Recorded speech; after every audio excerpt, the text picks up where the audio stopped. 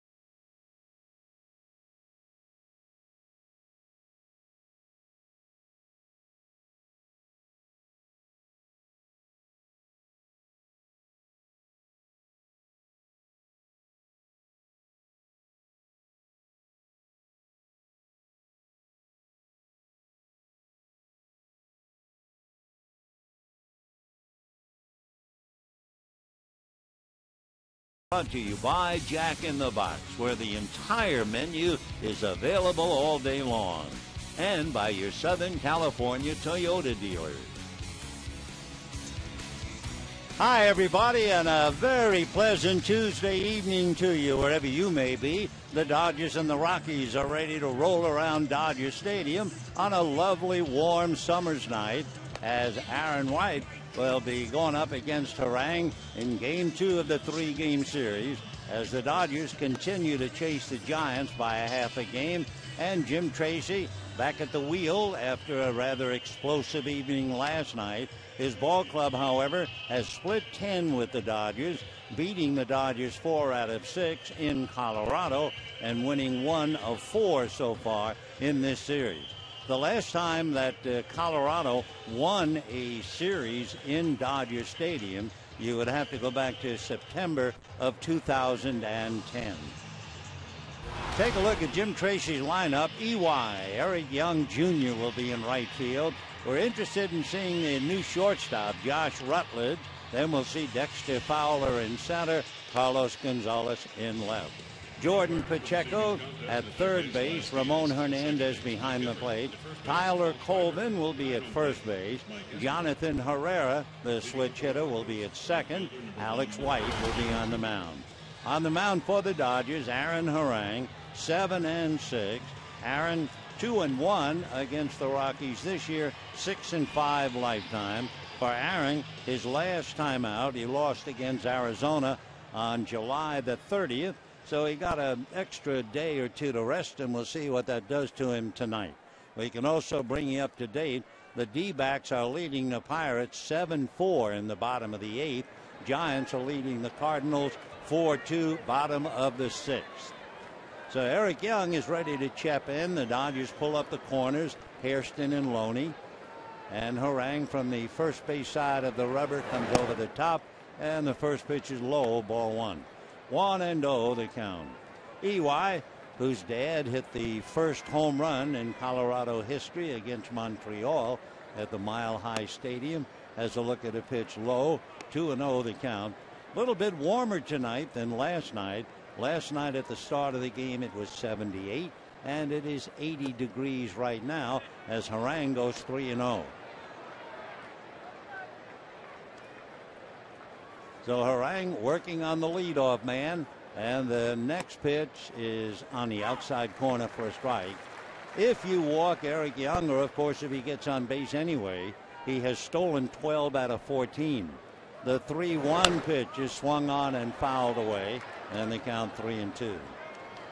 In looking at Aaron Harang working on Young, Aaron has 55 walks. That's a lot of walks for him, more than any other pitcher on the staff. He has struck out 96. 3-2 pitch on the way, swung on, bullet into center field for a base hit. So Eric Young, who came back last night with 3 hits to say hello to his dad's old team, comes right back with a line drive single to center. Senior Eric Young is the first base coach for the Arizona Diamondbacks. And now here is Jeff Rutledge. We have certainly heard a lot about Rutledge, a shortstop hitting .329 with 6 home runs and 15 runs batted in. Rutledge, right-hand batter, checking in at the plate. He's out of Alabama. In fact, went to school at the University of Alabama, and he takes a pitch for a strike, and the count 0-1. As you can imagine, he was all-state in Alabama for 2 years in high school. He was signed in 2010. So you want to talk about making rapid progress. Here is Jeff Rutledge in 2 years in the big leagues. He takes low, 1 ball and 1 strike to count. He's 6'1", 190, just turned 23. Played at Tri-City in Modesto, then Tulsa, and here he is. So Rutledge waiting with Young at first. The 1-1 pitch on the way. Rutledge hits it down the right field line. That's a base hit. Ethier over to get it. Rutledge on his way for 2, and stopping at third is Young. So Harang is in trouble. The Rockies have runners at second and third, and nobody out in the first inning. Batting next, center fielder, number 24. So Rutledge we had heard is a very impressive young player, and he probably doubles the first time we look at him. So second and third, nobody out, and the batter will be Dexter Fowler. Dexter Fowler was right in the middle of it last night, but he wisely stayed out of the line of fire. It was Fowler making the dive on whether he did or whether he didn't catch the ball. Shane Victorino finally wound up at first base with a base hit. The argument cost Jim Tracy a kick out. Dexter check swing, and it will cost him a strike. Laz Diaz on the third base foul line. Fowler doesn't say anything, just kind of cocks his head at Laz and then gets back in. So Dexter, a switch hitter. Second and third, nobody out. Rockies last night scored in the first and in the third, and that was it. Fowler swings at the next pitch in on the hands, and the count 0-2. Fowler batting .290, 12 home runs, 40 runs batted in. A big chance to pick up an RBI, and Harang trying to put him away. Fowler is hitting .290 from either side of the plate, and he takes very high. So that's a very consistent switch hitter. A .290 batting average for either side. Of course, he runs so fast that batting left-handed gives him a definite edge. He's 6'4", 185, 26 years old, out of Alpharetta, Georgia. And the 1-2 pitch swung on and missed, and down goes Fowler. So Dexter with a big chance, can't do it. He strikes out for the 91st time, and the batter now will be Carlos Gonzalez. Now I realize it's very early, but let's see what the Dodgers do with him. First base open, and they're going to walk him. Yep. He is so good that they would walk him intentionally in the first inning, and everybody certainly in the National League understands. And the rookie, Jordan Pacheco, will be coming up. Pacheco had 2 base hits last night, knocked in a run, and he's another young ball player who has been very impressive in his first year. He's also pretty much of a contact hitter, so he's the kind of fellow you want up there in a moment with the bases loaded. For Pacheco, he has struck out 31 times in about 300 at-bats, so that makes him very, very tough. So in a moment, with the bases loaded, 1 out, Jordan Pacheco coming up. What's he done as far as hitting into double plays, you might ask? He has grounded into 8. So Pacheco, who's from Albuquerque, went to school at the University of New Mexico. And up there now, bases loaded, 1 out, first inning, no score. Dodgers had trouble scoring at all last night, so they can ill afford to fall far behind. Harang out of a stretch, checks the runners, comes to the plate, and Pacheco hits it foul outside of first down the line. So Eric Young at third, Jeff Rutledge at second, Carlos Gonzalez at first, and Pacheco chipping the very top of the bat, so we'll have to get another. Interesting, too, for Jordan Pacheco with his 26 runs batted in. First question, what does he do in the pressure spots? Runners in scoring position and less than 2 outs. Hold your breath. He's hitting .444. So 0-1 the count to Jordan Pacheco. Harang trying to work his way out of a jam.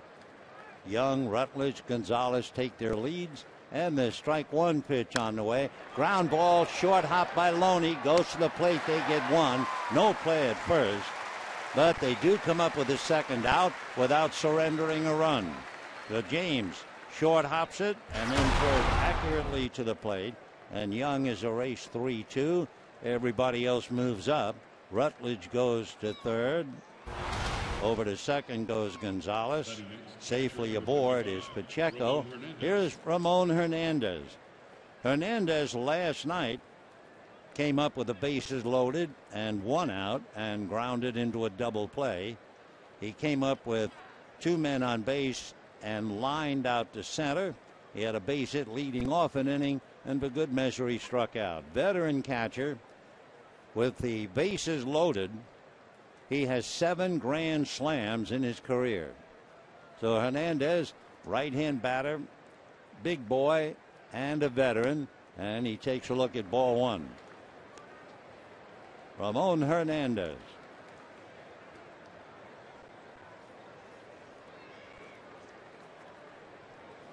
Ramon from Caracas in Venezuela. He has Pacheco, Gonzalez, and Rutledge out there. Harang back with a pitch and a comebacker. Aaron has it, throws to first, and the Rockies come up empty. No runs, 2 hits and a walk, and that's the inning. And at the end of half an inning, Rockies nothing, Dodgers coming up.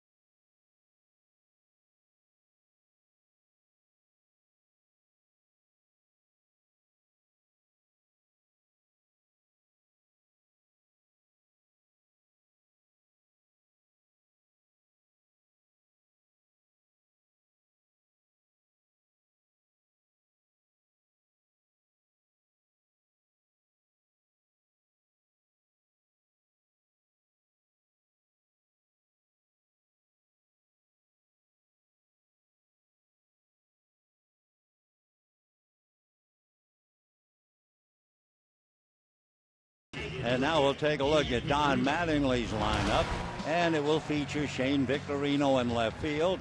Jerry Hairston will play third base tonight. Matt Kemp is in center, and Andre Ethier in right. Hanley Ramirez, the shortstop. James Loney at first. Luis Cruz, who has played short and third, plays second base tonight. That's to give Mark Ellis a rest. As Don Mattingly said, I don't want him playing 7 days a week. Cruz will be followed by A.J. Ellis and then Aaron Harang. His name is Alex White, and we saw him earlier in June. He went 6 2/3 innings, allowed just 2 runs. He had 6 scoreless innings to start the game. He is basically a sinker ball and a splitter pitcher, so if he is right, you'll see a lot of ground balls. The last game that he pitched, and he was allowed to make 100 pitches, he had 12 ground balls. So Alex, 6'3", 195 out of Greenville, North Carolina. And his first pitch to Shane Victorino off the plate, ball 1. 1-0. Shane hitting .257, 9 home runs, 40 runs batted in. Pacheco plays in on the grass. The next pitch is a little low. 2 balls and no strikes. So with Victorino, and especially hitting left-handed, they don't move the right side of the infield, however. Tyler Colvin is back in a normal depth. The 2-0 pitch on the way to Shane Victorino. He has a look, pays a strike, and the count 2-1. Young umpire behind the plate, Mike Easterbrook, umpired professionally since 1999. He lives in New Jersey. The 2-1 pitch on the way. Victorino chases a sinker, doesn't get it, and they count 2-2. Sinker and splitter, that's what you're going to get. And if White is on his game, everything will be down, and you'll kill a lot of worms. 2 balls and 2 strikes. White into the windup. Back he comes, showing a fastball up and away. That's not a money pitch for him at 90 miles an hour. So he goes 3-2. On deck, Jerry Hairston and then Matt Kemp. Victorino waiting. White ready, and his 3-2 pitch is swung on and pulled into the glove of Tyler Colvin. So the first baseman just reached up and snared it. And for Shane Victorino, he loses an extra base hit. Nice play by Tyler Coleman, making it look so easy, just reaching up and grabbing that bullet. So we have one away, and the batter now will be Jerry Hairston. One out, bottom of the first, no score. Tyler Colvin, by the way, is 6'3", and that helped him reach that line drive. So Tyler at first, now White ready, and the first pitch to Hairston, and that's in for a strike, and the count 0-1. So for a ground ball pitcher, the first out is a line drive heading to right field. Now the strike one pitch on the way. Shot up the middle, hits the mound to slow it up. Herrera catches up to the ball and throws him out. What a nice play, and only because the ball hit the side of the mound, and that took some of the steam out of it. Jonathan Herrera, who played shortstop last night, is able to catch up to the ball behind the bag and then leaps in the air and makes the accurate throw. So one thing for Alex White, he's off to a good start thanks to his fielders, which brings up the point, where is he in walks and strikeouts? He has walked 23 and he has struck out 37. Matt Kemp hitting .349, 16 home runs, 41 runs batted in.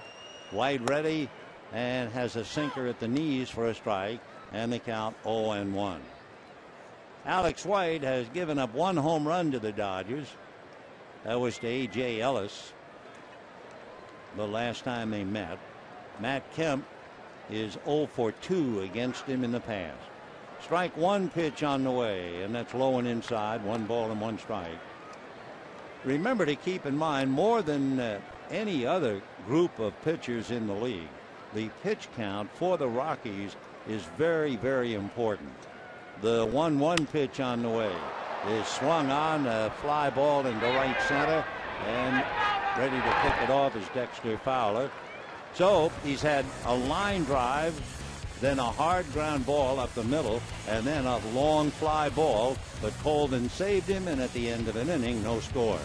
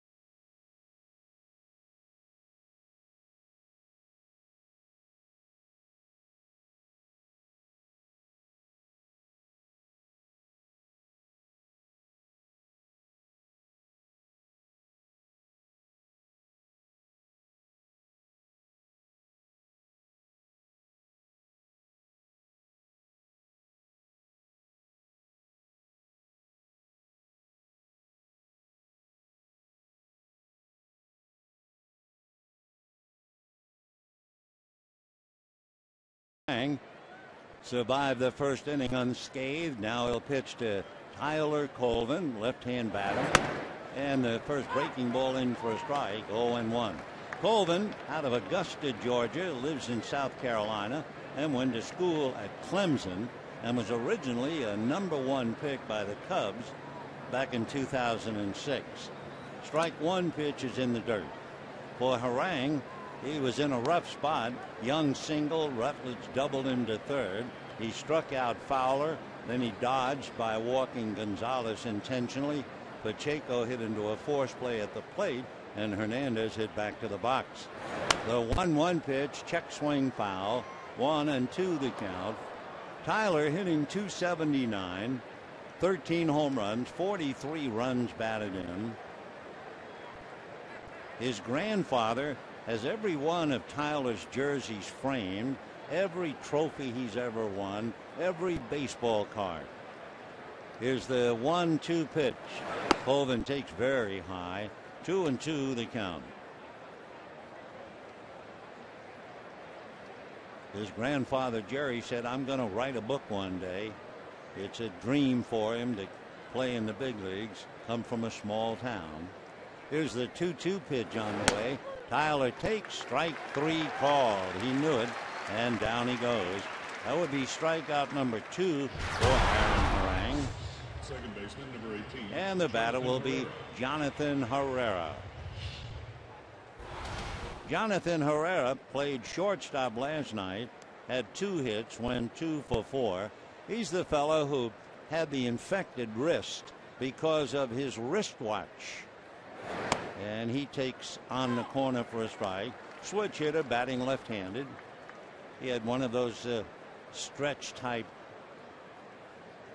wristbands. He holds up the pitch low. Apparently pinched the skin. The skin became infected, and the next thing you know, he couldn't play. He's hitting .308 left-handed and about $120 right-handed. The 1-1 pitch on the way. He hesitates, takes a strike, and the count 1-2. So Herrera moving around a little bit, playing short and second. And the 1-2 pitch. Aaron Harang delivers. Little nubber halfway back. Up with it as Harang throws to first in time for the out. So 2 down, and the batter will be Alex White. Kind of disappointing to see Colorado, especially who enjoy wonderful major league playing. But to see the Rockies, and you can understand Jim Tracy's dilemma, when you lose Troy Tulowitzki and Todd Helton, it would be for the Dodgers like losing Matt Kemp and Andre Ethier. So with 2 out, here's Alex White. Right-hand batter takes at the knees for a strike. 0-1. Troy Tulowitzki, who's been out since late May with a bad groin pull. They say he's probably going to come back to play in another maybe week to 2 weeks, certainly by September 1. However, Todd Helton, the great first baseman, he's finished for the year. He will have hip surgery on Friday. Strike 2 pitch is popped up into shallow right center. Matt Kemp, a diving catch. Little pop fly, and Matt Kemp takes a base hit away from Alex White, and he really had to hustle to get it and makes it. So down go the Rockies at the end of an inning and a half. No score.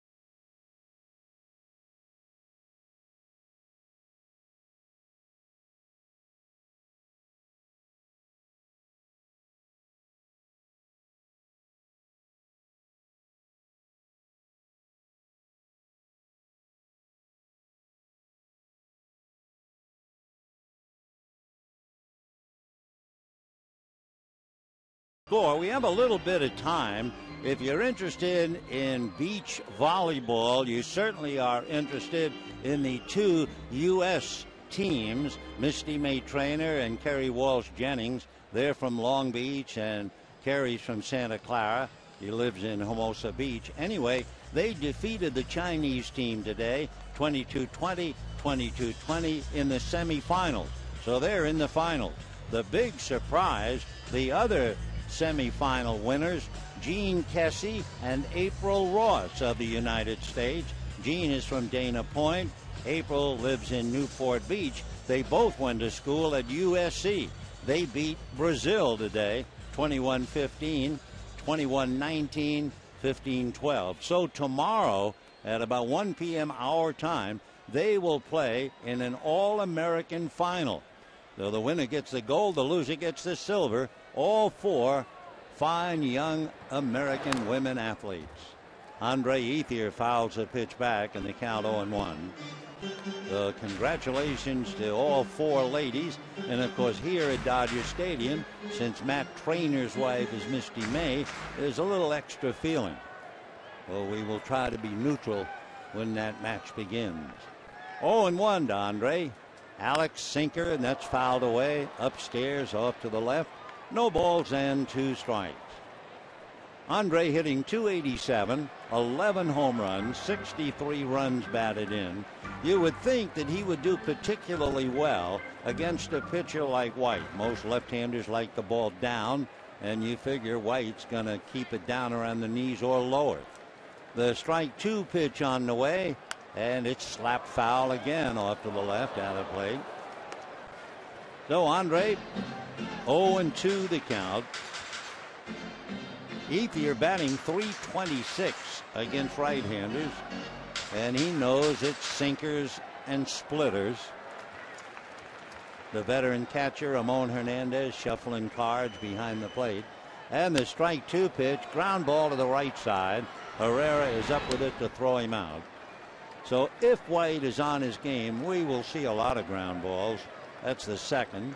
For the Dodgers, shortstop number 13. 1 out, and the batter will be Hanley Ramirez. Hanley Ramirez checking in at the plate, hitting .243. He has 15 home runs, 59 runs batted in. Went 0 for 4 last night. Came with Randy Choate in the deal that sent young Nathan Eovaldi, along with a minor leaguer, to Miami. With the Dodgers, Hanley is hitting only .217 and has a look at a pitch off the plate. Ball 1, 1-0 the count. No score, bottom of the second inning. Ramirez in and out of the box, and now Hanley checks back in. The 1-0 pitch on the way. Ramirez hits it off his foot. Foul ball, and Hanley is hobbling. Got it on the left foot. That's the result of sinkers and splitters, and he is hurting. Hanley fouled it off the instep of his left foot. Boy, that really hurts. So timeout. Ramirez not quite ready.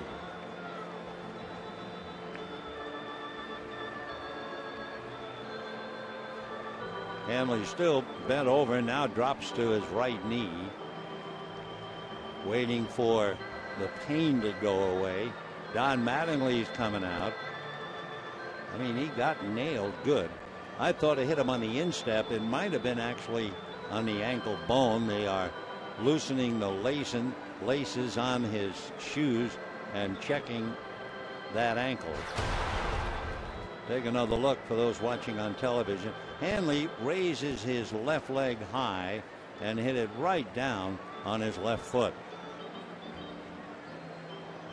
Of course, playing shortstop, he's going to be expected to run well, cover a lot of ground. I think the feeling is starting to come back, and not the pain leaving, not yet. Well, he fouls it, trying to walk it off around home plate. 1 ball and 1 strike to count. No score, second inning. Ramirez says, okay, let's keep playing. Alex White into the windup, and the pitch to Ramirez swung on and missed, down and away off the plate. They really squeezed the left side of the infield. You have Rutledge way over in the hole, very near Pacheco. They move Herrera near the bag at second, but he's still on the right side of the bag. And Ramirez, hard ground ball, believe it or not, through the squeeze on the left side. Hanley limping as he goes to first. Boy, that is an accurate base hit. How he found that hole between Pacheco and Rutledge after they were playing him over there.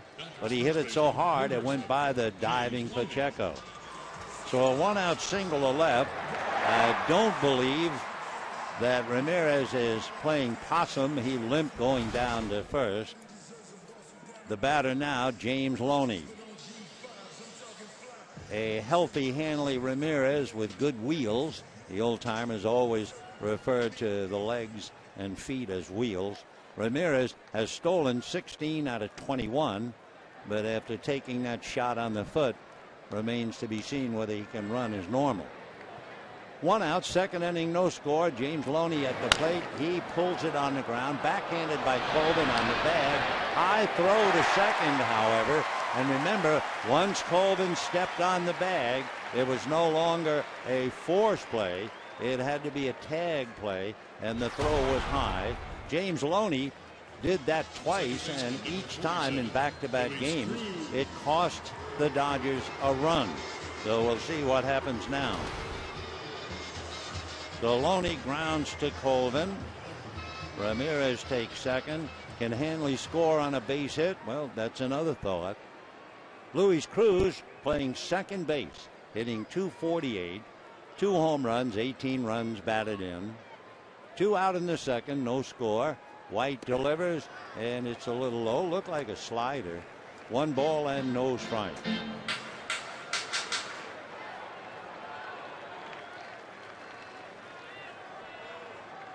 One and 0 the count.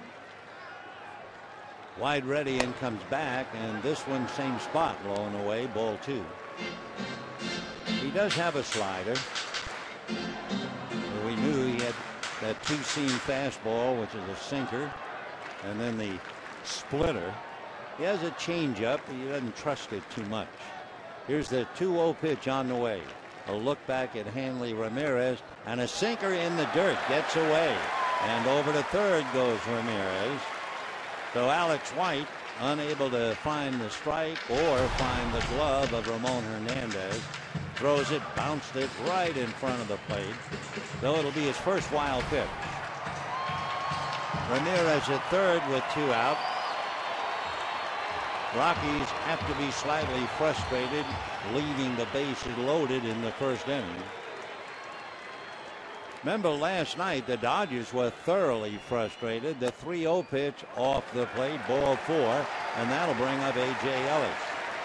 Last night the Dodgers were 0 for 8 with runners in scoring position. In that spot they had a double play, and they also had 5 strikeouts. Now A.J. Ellis has a home run in the past against Alex White. A.J. hitting .285. 10 home runs, 33 runs batted in. Last night he was hit by a pitch, walked, reached on an error, and flied to left. So Ellis 0 for 2. And you have Aaron Harang on deck. Out of a stretch goes Alex White. Checks the runners at the corners. Back to A.J. In for a strike. Inside part of the plate. And the count 0-1. Ellis, who worked so hard to get here, and then really seizing the opportunity and turning in a dazzling year. 2 for 4 with that home run against White in the past. No balls and 1 strike to A.J. White back with a sinker that misses. 1 ball and 1 strike. He's throwing his 2-seamer at 90 and keeping it down. So you have Hanley Ramirez, a 1-out single. Eventually works his way to third on the wild pitch. 1-1 to count. Here comes White, And that's a good fastball on the inside corner. Again at 90. 1-2 the count. A.J. not arguing. He has a conversation going on with Mike Easterbrook, the umpire. All right, he's back up. 1-2 the count. Hernandez wigwagging some signs out. White checks the runners. Now comes to A.J. and it's a little low. 2-2. Alex White. With all of it, he's only 23. He will be 24 on the 29th of August. He was signed late in 09, began pitching in 10, so in just a blink of the eye, he's been a big league pitcher. He got a lot of money when he signed with the Cleveland Indians. 2 balls, 2 strikes, 2 outs, so the deuces are wild indeed. No score in the second. High chopper slowly to short. On the run is Rutledge to get him, and that's the inning. So the Dodgers continue to come up empty with runners in scoring position. Ramirez walks off slowly, and at the end of 2, no score.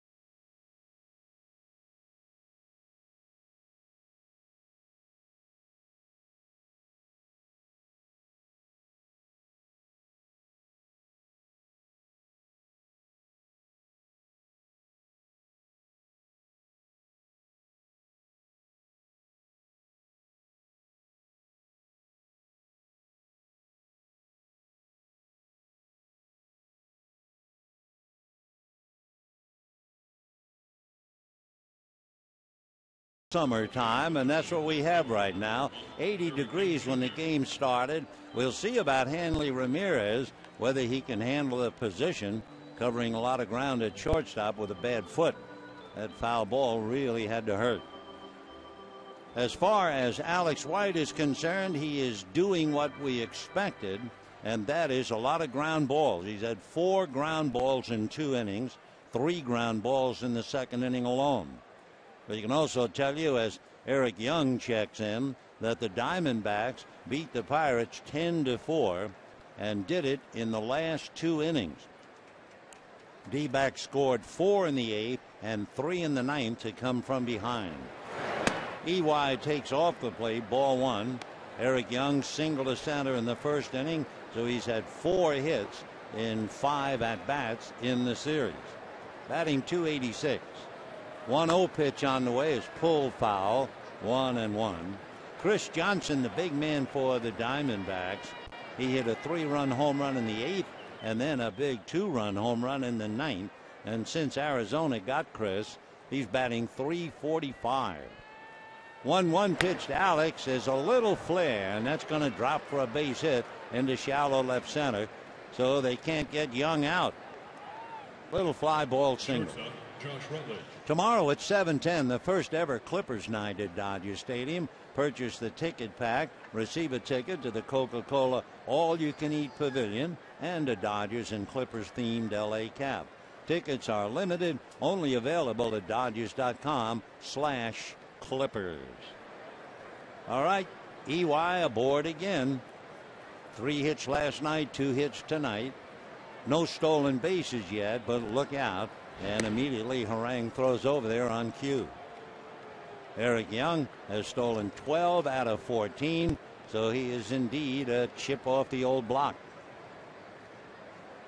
So EY takes his lead, no score, 3rd inning. Harang set at the belt. Now comes to his hitter, and it's hit in the air, foul off first. Loney angling over to the stands, but it's back about 5 rows. So Rutledge remains at the plate. No balls and 1 strike to count to the young shortstop.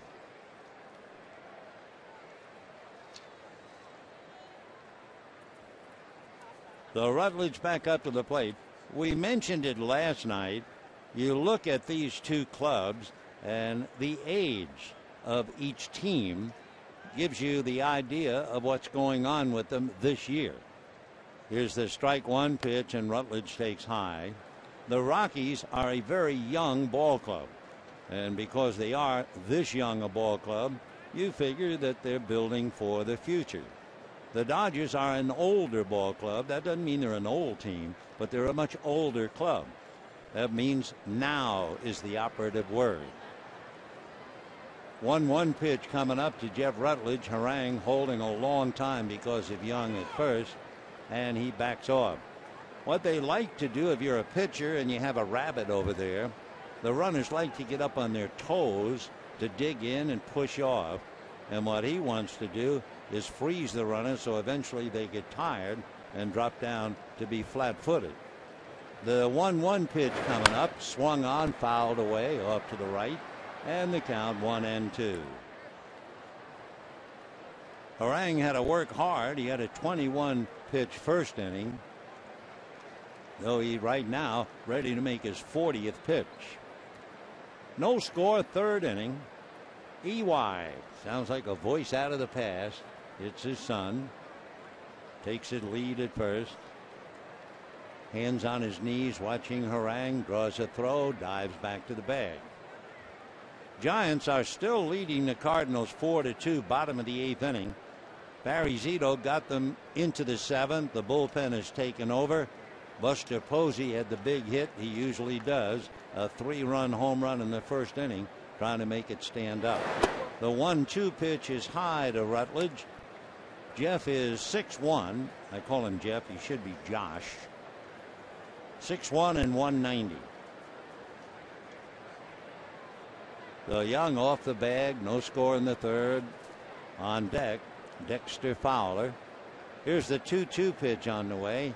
No action from Young. Little ground ball to 3rd.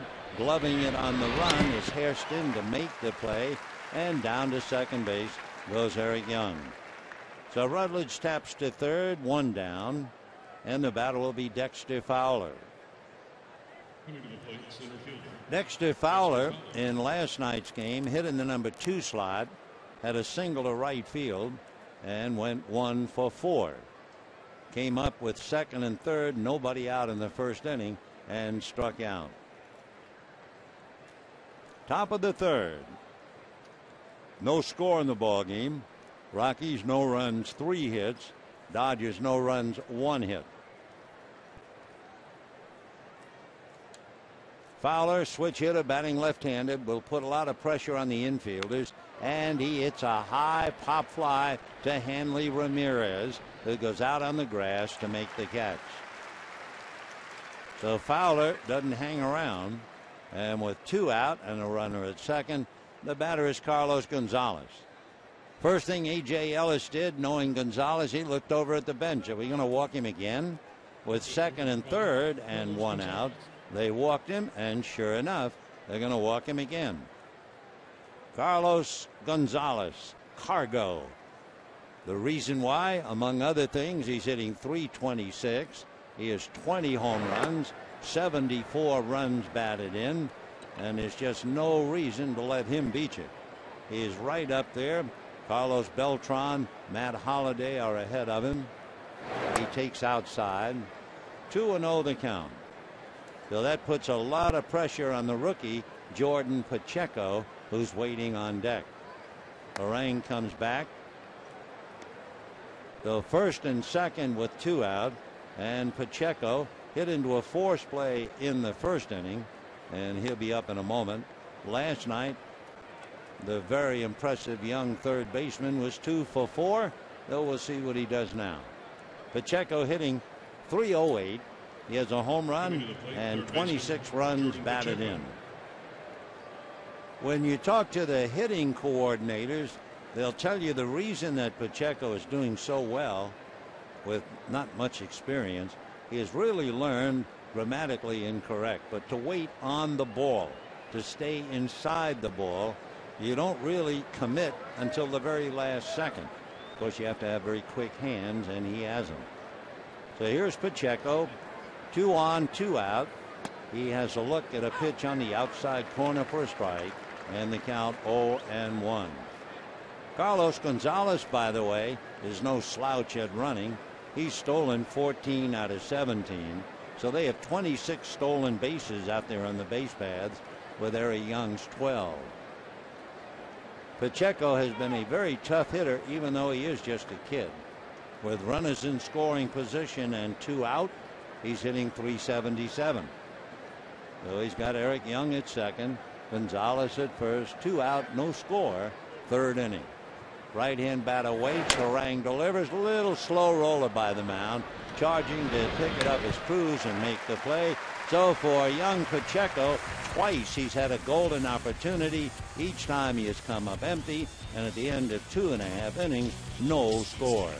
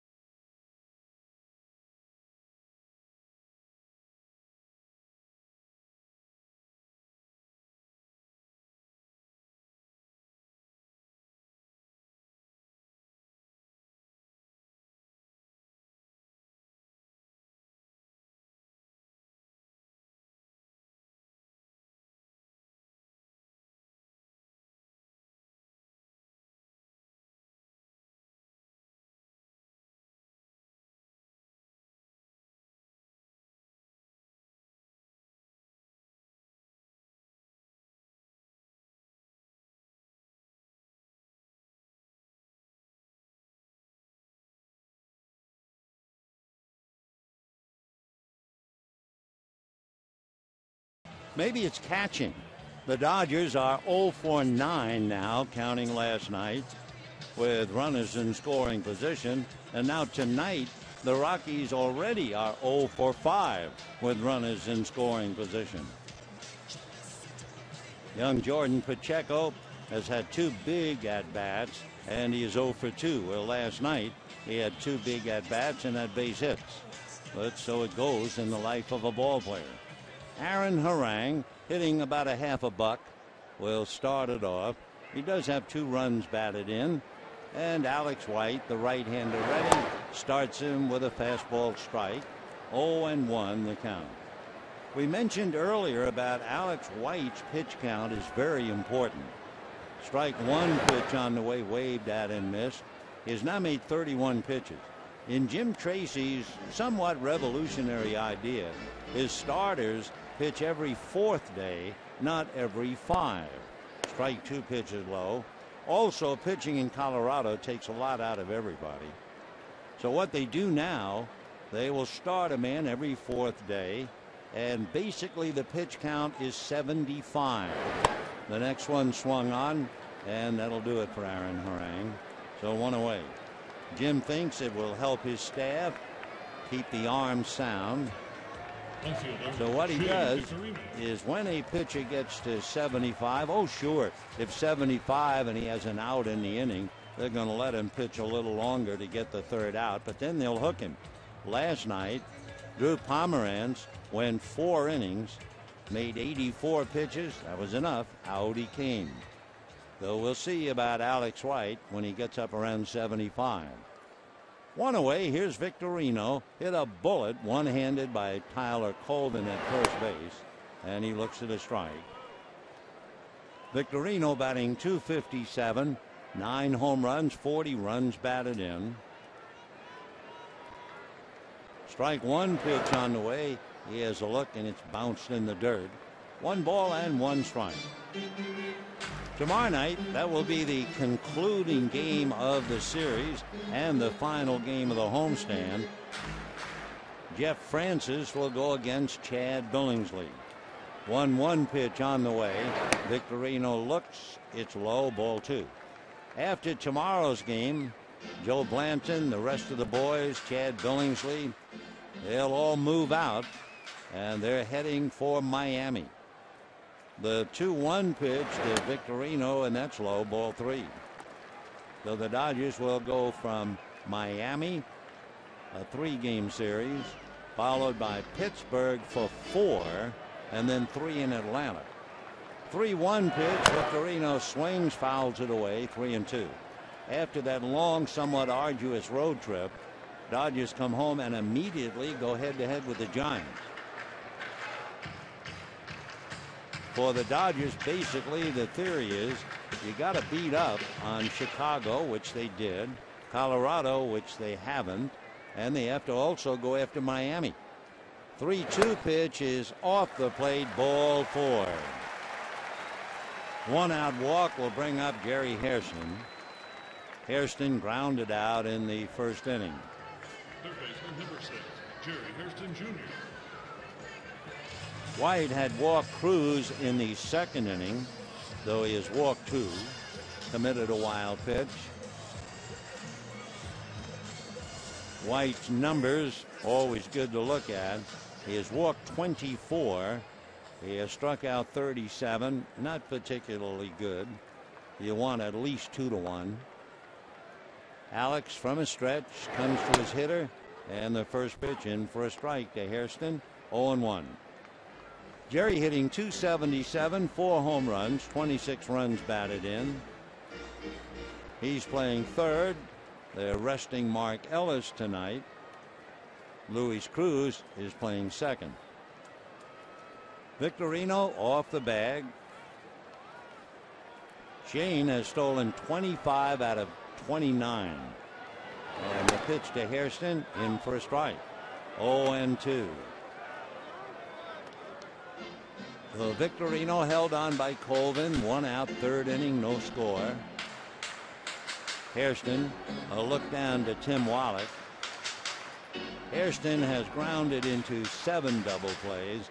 And of course, against the sinker baller, you're certainly not surprised if you see a DP. White to his stretch, looks over to see what Victorino's up to and decide you better go over there. Alex White out of North Carolina, a Tar Heel who almost became a Dodger. They drafted him 14th back in 2006. He went to the University of North Carolina and then on to Cleveland.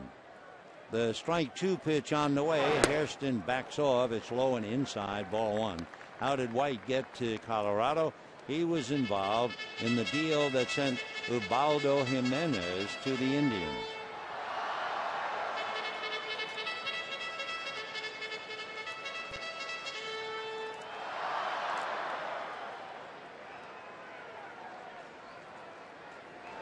Throw to first, not in time.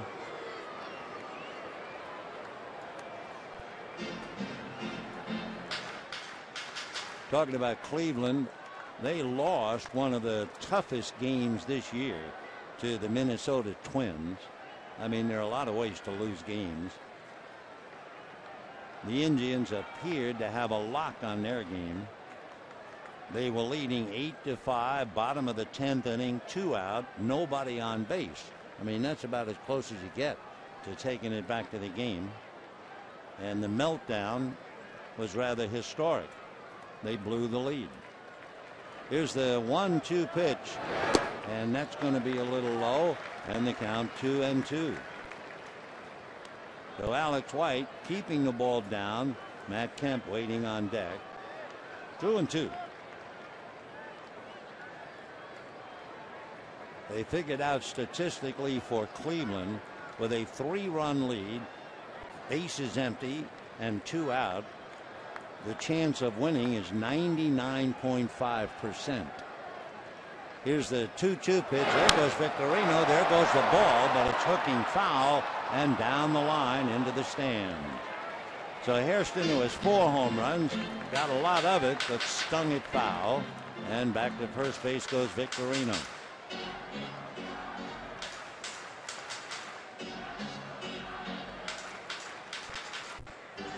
Two balls and 2 strikes the count. Hairston back up and waiting. So Victorino was going 2-2. You got to figure he'd be going again 2-2. White out of a stretch. He's going, and the pitch is fouled at the plate, and Hairston got it off the foot. And that's what happens when you're swinging at a sinker ball pitcher. So the left side of the Dodger infield has sore feet. The identical spot, Hairston hit it in the instep of his left foot. Hanley Ramirez certainly has empathy. Jerry not quite ready to get back in. 2 balls, 2 strikes, 1 out, 3rd inning, no score.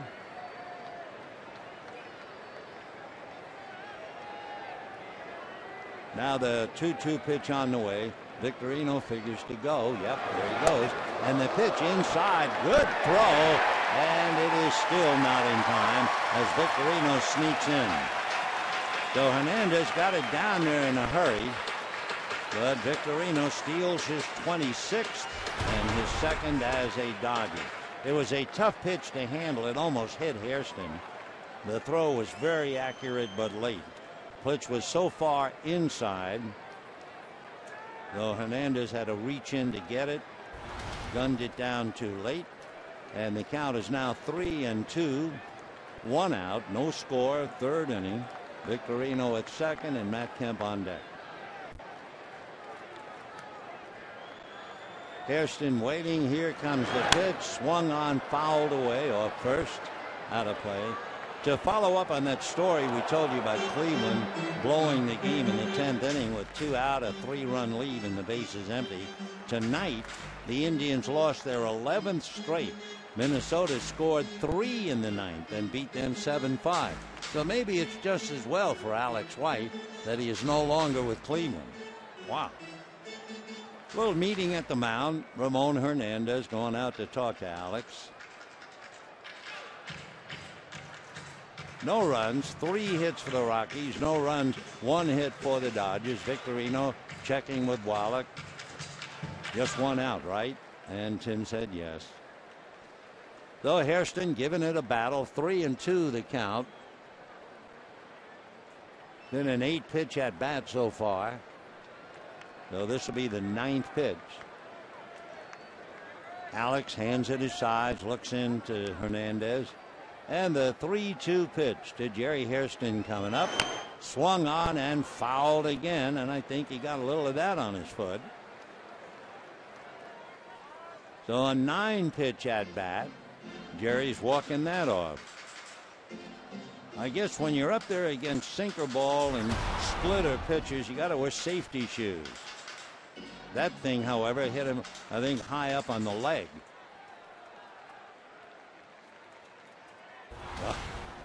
All right, Jerry's going to give it his best shot again. He kind of screws his cleats into the ground. 3-2. Out of a stretch goes Alex White. Here he comes again. High fly ball to center, but Daddy Longlegs, Dexter Fowler makes the catch. Victorino will hold a one-hopper on the money to third. Boy, do I miss one thing before the games, and that is what we used to see all the time, outfielders throwing to the bases. In the old days, you'd see infield. That was always fun. But then the outfielders. First they would throw to second, then they would throw to third, and then finally they would throw home. They don't do that anymore, and it's a shame for those of us who loved it. But right now, Dexter Fowler makes a strong one-hopper to third base. Victorino wasn't going to try to come over anyway. So here is Kemp, lined out to center in the first inning. Matt last night was 1 for 4. And the first pitch off the plate, ball 1. Kemp last night was thoroughly frustrated. His base hit was leading off an inning. He had struck out with runners at first and second. He had hit into a double play with runners at first and second. So now he's up there with a man at second and 2 out. 1-0 pitch on the way. Matt checks up. They're going to look at no swing, says Paul Schreiber. 2-0 the count. Now hold everything. Bo McLaughlin, who is the pitching coach for the Rockies, making his way out to the mound. So we'll check about Bo. There'll be a little meeting. And maybe McLaughlin didn't like the pitches, the pitch selection, I should say. He might also be talking about the fact you have a tough left-hand hitter on deck. The White is talking to Ramon Hernandez, so it might be the pitch selection. So Bo turns now. Ethier waiting on deck. 2 balls and no strikes. Bo McLaughlin replacing Bob Apodaca as the pitching coach. He lives over in Mesa, Arizona. Okay, 2-0 the count to Matt Kemp. Alex ready, and the right-hander delivers, swung on and missed. 2-1. That was a good 93-mile-an-hour fastball away. I love to watch Matt Kemp swing and miss. What I mean is I love to see the full swing and the bat speed. Wow. 2-1 the count. Like trying to count the blades on a fan in action. Here's the 2-1 pitch coming up. They set away, and it's going to be a wild pitch. In saying they set away, they were trying to explain Ramon Hernandez was way off the plate. That was not intended to be a strike, but it certainly wasn't intended to be a wild pitch. But that's what it was. So that will be the second wild pitch charged to Alex White. So in his effort to keep the ball down, he has 2 wild pitches. He had had none in 57 innings coming into the game. So 3-1 to Matt Kemp. 1 out, no score. And the next pitch is outside, ball 4. So Alex White has walked 3. He's committed 2 wild pitches. And they'll be facing Andre Ethier. As we mentioned, his first time up, Ethier came into the game 0 for 5 against White, and he grounded out. So Andre is 0 for 6.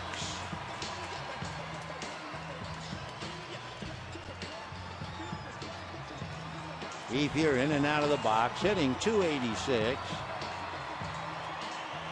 11 home runs, 63 runs batted in. 2 out. Matt Kemp at first base.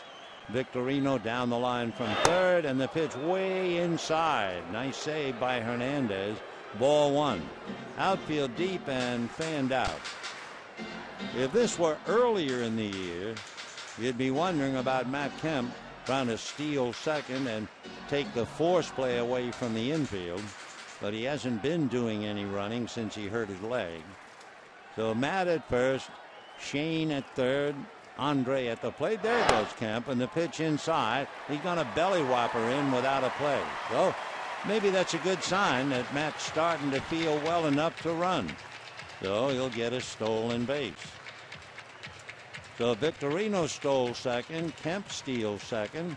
As we said, that puts a little extra pressure on the infield. Now they're going to walk Ethier intentionally and go after Hanley Ramirez. So 3 walks, 2 stolen bases, and the Dodgers have loaded them up with 2 out in the third. No score.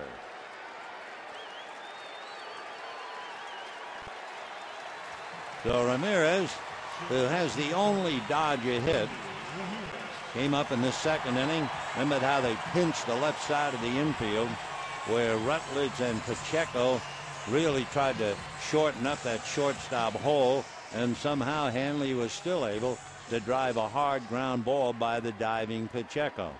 Well, now he's up there with Victorino at third, Kemp at second, Ethier at first. Hanley has 5 grand slams in his career. Out of a stretch goes Alex White, comes to him with a fastball sinker and a strike. That came up there at 91. 0-1 to count.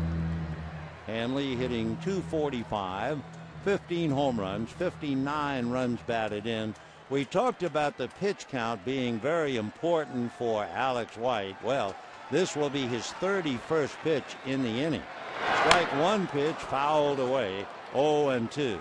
And remember that great at bat for Jerry Hairston. Even though Hairston flied out, it was a 10-pitch at bat and certainly had something to do with bothering Alex White.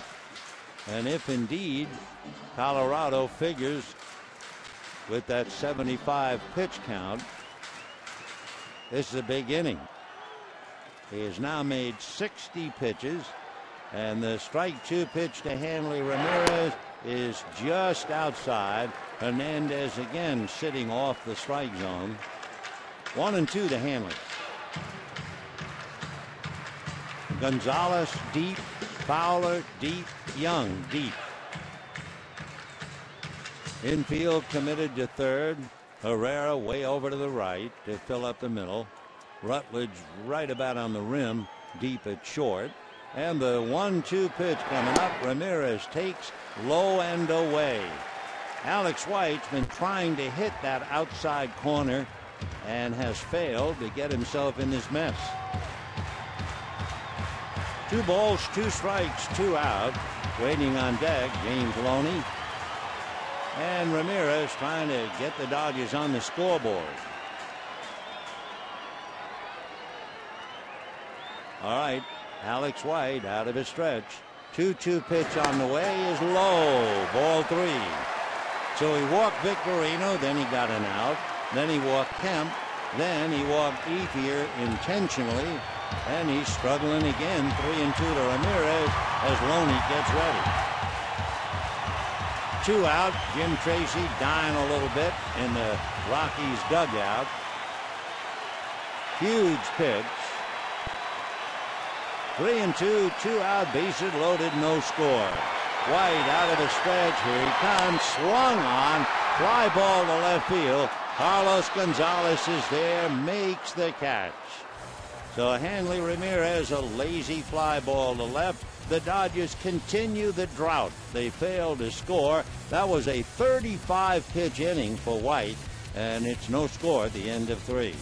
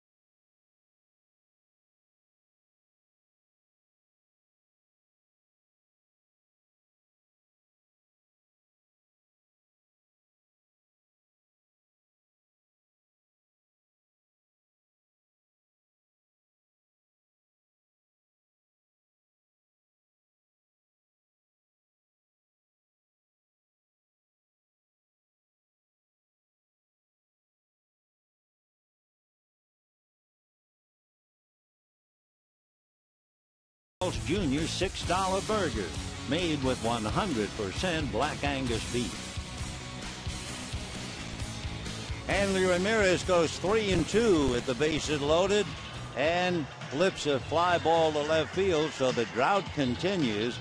Remember, the Dodgers last night were 0 for 8 with runners in scoring position.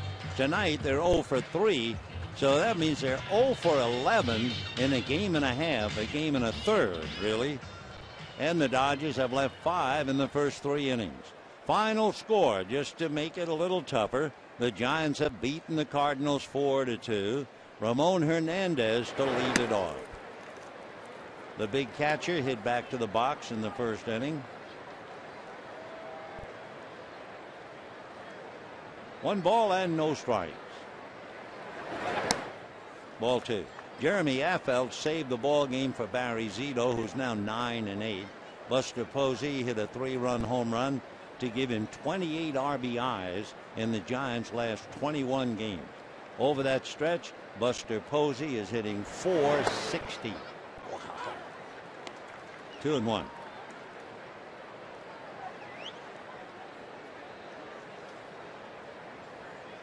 No score, 4th inning. Dodgers drawing blanks last night for 9, so they've gone 12. They did score in the 9th inning of the last game with the Cubs. 3-2 the count to Ramon Hernandez. Chris Capuano.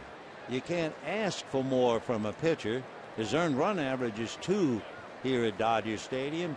He turned in just 2 runs in 7 innings last night and took a loss. Pop fly. Hernandez lifting it, and it'll be caught by Victorino. 1 away. You know, it's not too late for Dodger season tickets. Not late at all.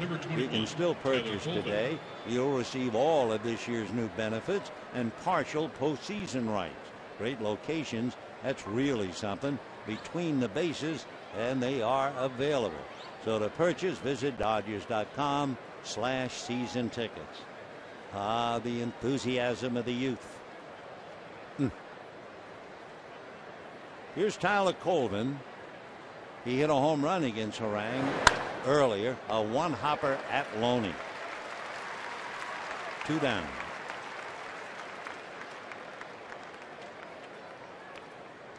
And the batter, Jonathan Herrera. Of course, the Rockies, we're talking about the Dodgers and runners in scoring position. The Rockies can kick themselves. They had 2nd and 3rd, nobody out. They had the bases loaded, 1 out in the first inning, couldn't score. They had a runner at 2nd with 1 out and left him in the 3rd inning. Ball 1 to Jonathan Herrera. He hit back to the box in the 2nd inning. Herrera hitting .261, sliced foul out of play. Reminder, left-handed Jeff Francis tomorrow night against Chad Billingsley. Hope you'll be out here with us, because then the Dodgers go out on the road. They'll be playing baseball on the 10th on the road. They'll finish on the road on the 19th. And they'll be back here on the 20th with the Giants. 2-1. Check swing. No swing, says Laz Diaz. 3-1 to Jonathan.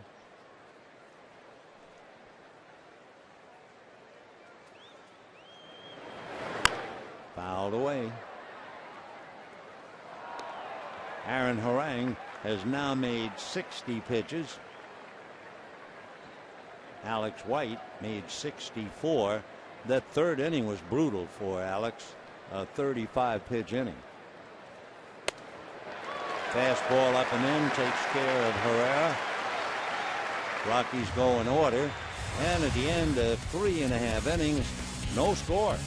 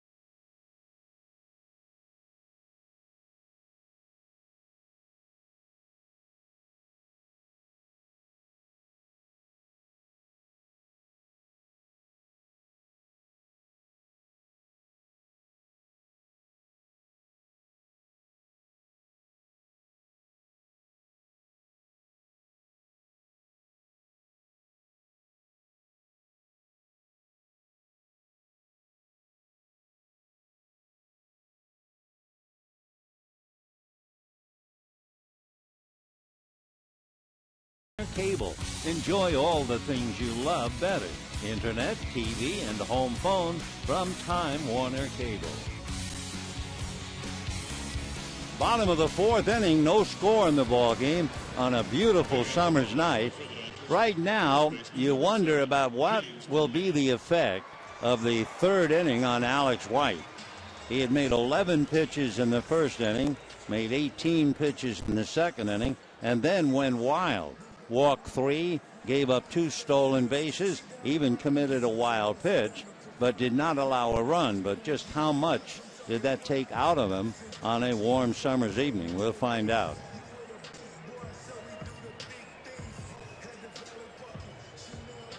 So Alex, after 64 pitches, and if Jim Tracy does what the pattern he has set, if he tries it again tonight, White gets up around 75 pitches, they'll really be keeping an eye on him. And ball 1 to James Loney.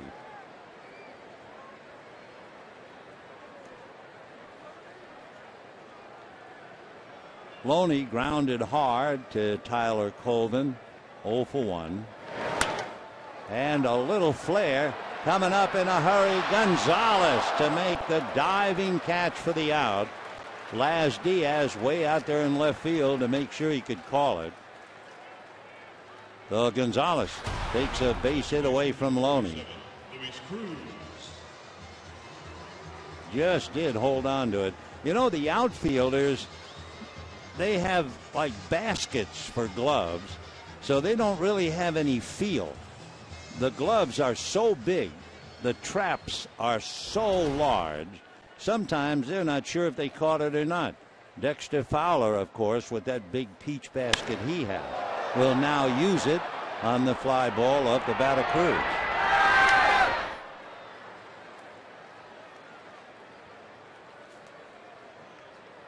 So 2 down. A.J. Ellis coming up. Number 17, A.J. Ellis. One thing the Dodgers are doing, in a sense, they're playing right into Alex White's hand. You would think for a minute, after a 35-pitch inning, that somebody would say to the Dodger hitters, look, this guy just spent a lot of bullets in the third inning. Let's wait on him a little bit. Nope. First 2 Dodger hitters go out on 3 pitches. You're right. What do I know? What am I, crazy? They're major league players. This isn't Sandlot. Well, Ellis is going to take a couple. 1 ball, 1 strike. 2 out. No score. 4th inning. And remember, the Giants have won. So did Arizona. So they're trying to put a little squeeze on the Dodgers. Dodgers and Rockies, they're close to the first place team against the last place. All they've done is split 10.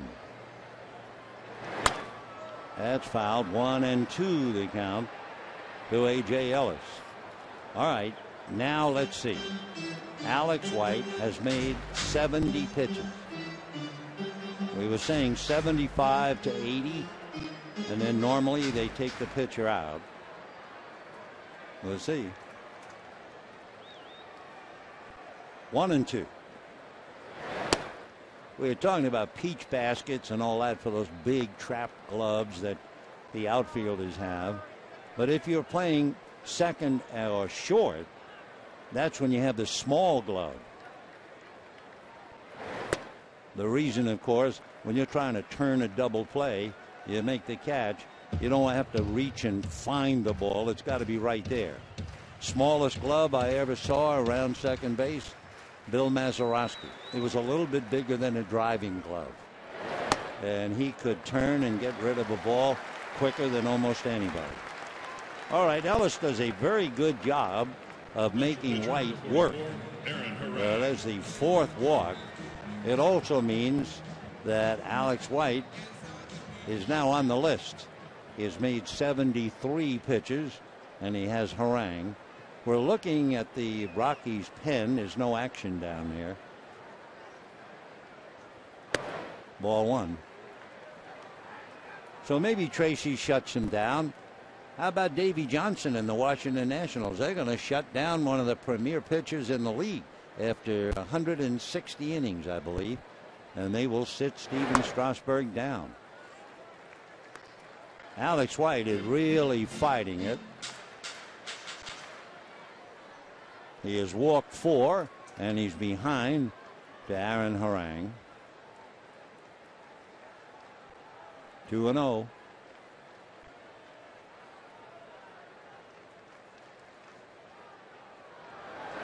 Boy, he can't throw a strike now.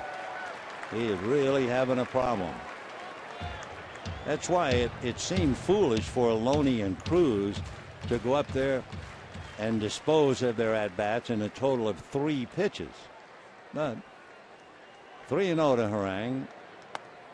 Strike. You have 2 out, 4th inning, no score. Ellis isn't going anywhere. Victorino is on deck. They're not going to hold AJ.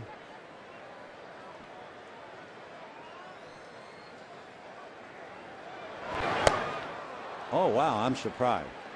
A little surprised that they let Harang swing. Aaron has 2 hits. He has struck out about half the time. 3-2.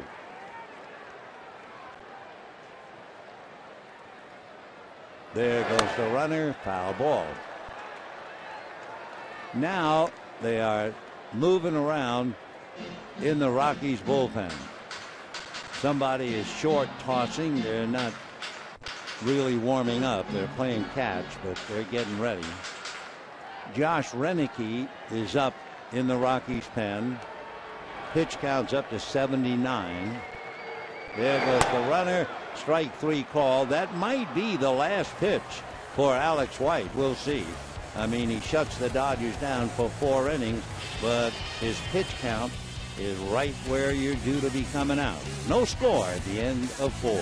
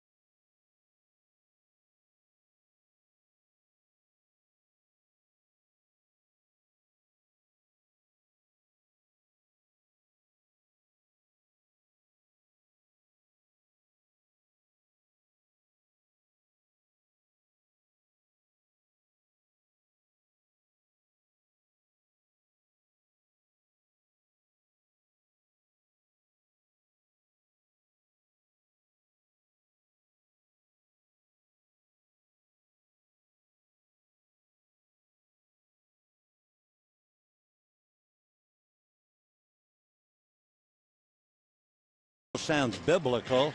It has come to pass. Alex White has made 80 pitches. He has shut the Dodgers down, but 80 pitches means see you later. So Chris Nelson will be coming up to bat against Aaron Harang. One thing the Dodgers did, it took them a little while. Remember, we told you that Loney and Cruz, after White had made 35 pitches in the first 3 innings, Loney and Cruz made out a total of 3 pitches. So leave it up to the number 8 and the number 9 hitters. A.J. Ellis saw 6 pitches. And then Aaron Harang saw 7. That made it a 16-pitch inning in the 4th inning, and it pushed Alex White right out of the game. It has to be tough for Jim Tracy, but it's his idea.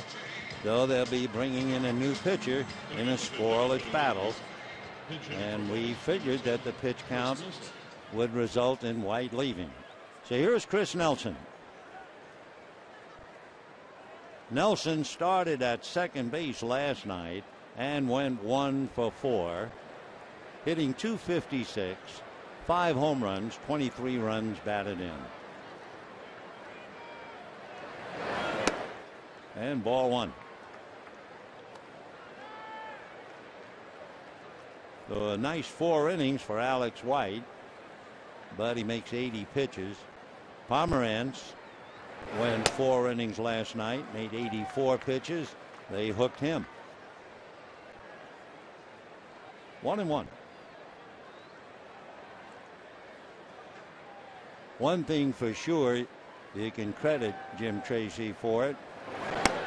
Your pitchers need some rest, especially if you're pitching in Colorado, the Mile High Stadium in Denver. And he has thought it out, and that's his plan. 2-1. That's a strike. 2-2. Aaron Harang, his pitch count up to 65.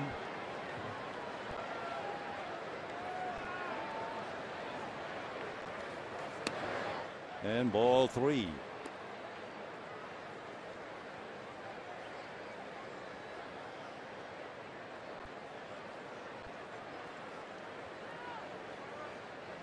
Three and 2.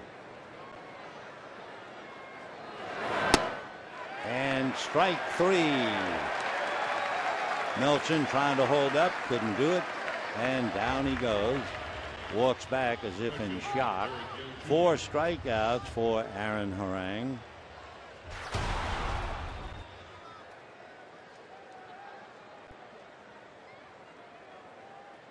I think he's called out. I don't think they were calling him on a swing, and he held his hand out as if to say, what happened?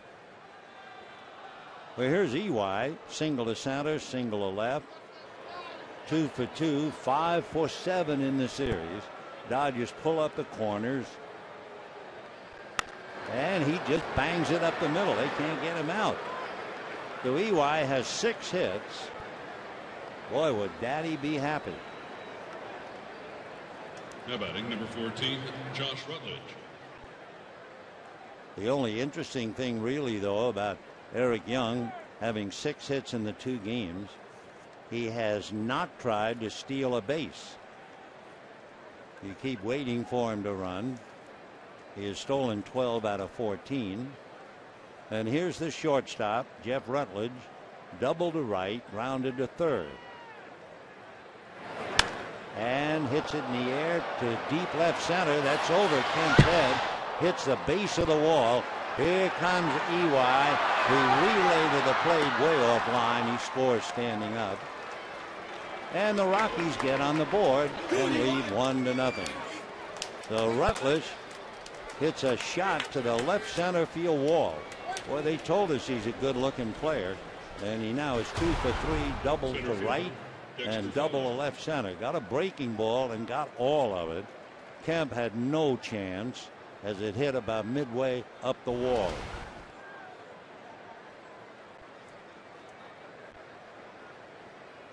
The other thing about having a pitch count, you know, wins are bread and butter for a professional pitcher. And of course, if you're going to go 4 innings, you're not going to be or have a chance to win. You have to go 5. Foul tipped it into the mitt of A.J. Ellis. Fowler has struck out, popped up. By the way, you know the big rhubarb last night and Jim Tracy eventually kicked out? I wondered about Fowler not getting involved since he was involved about catching the ball. Jim Tracy asked him in the dugout, did you catch the ball? Fowler said yes. Jim said, I'm going to ask you again, did you catch the ball? Fowler said yes. So when they wigwagged a finger to Jim to come out, He felt that he was coming out in the know and that his man had caught the ball. 0-2 to Dexter. 1-0 Rockies. 5th inning. Little dribbler. You have to hurry to get Fowler, and what it does do when the ball gets away, Fowler safely aboard, and over to third goes Rutledge. So with 1 out, the Rockies now have runners at first and third. It'll be an error charge to Loney. Just dropped it. Had his foot on the bag and everything. Cruz got the ball over to him. Good throw.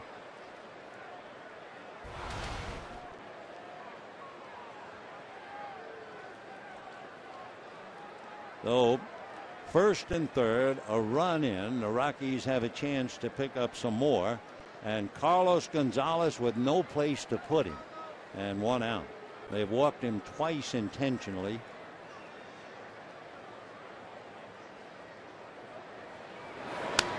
Oh, and 1.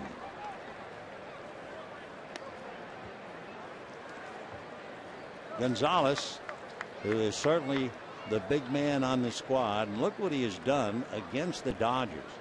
362, 11 home runs, 42 runs batted in case you wonder why they walked him twice intentionally. 0-1 to Carlos.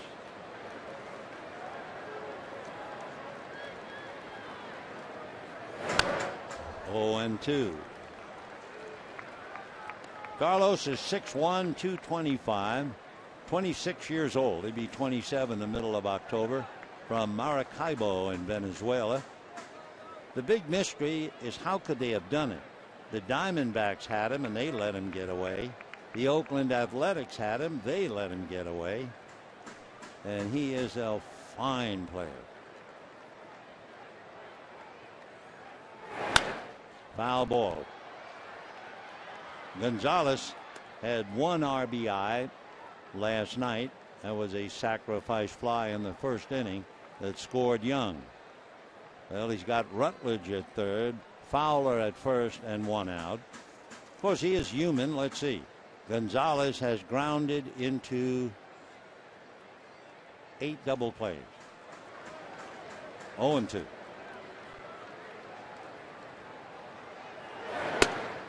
One and 2.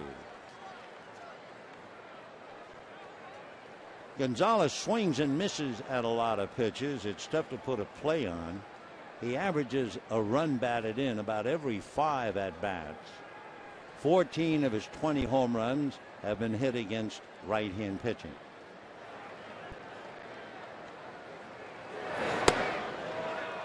Just missed inside at 92. 2 balls and 2 strikes, the count. How many times has he picked up a runner from third base? 23 times. Well, the runner is Rutledge, waiting for the call.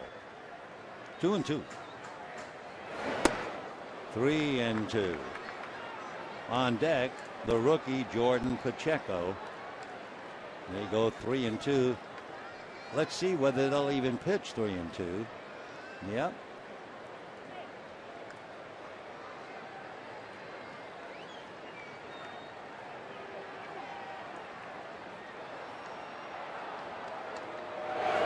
And with the runner going, he missed from me to you for ball 4. A lot of time a manager will think, well, yeah, I'll walk him intentionally with first base open. And I was a little bit surprised that Mattingly might not have said, well, I'll walk him now because second base is open. What's the difference? But it does put a little extra pressure on Harang to throw strikes. So he has walked 3, it would say, in the box score. But remember, 2 of them were intentionally granted. And he's walked the same man, Gonzalez, all 3 times. So Rutledge, Fowler, and Gonzalez, they all run very well. 1-0 Rockies, 5th inning. And a strike. Pacheco's been Johnny on the spot tonight, and he has not been able to come through. Hit into a force play with the bases loaded in the first inning. The force play was at the plate. Grounded out with 2 on in the third. And now here he is, bases loaded, 1 out. 1-0 Rockies, 5th inning. 1-1. Aaron Harang has now made 81 pitches, and we're in the 5th inning. Pacheco batting .307, 1 home run, 26 runs batted in.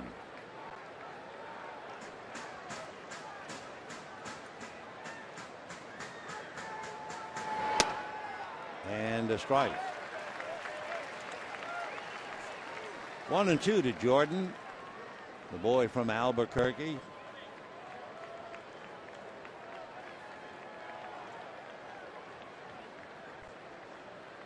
Rutledge, Fowler, Gonzalez, all out on the lines. And ground ball up with it at second base as Cruz throws to first, double play. And so Pacheco, who had a good night last night, is having an awful night tonight. He goes 0 for 3. Dodgers bail Loney out because of the error, and it's still 1-0 Rockies.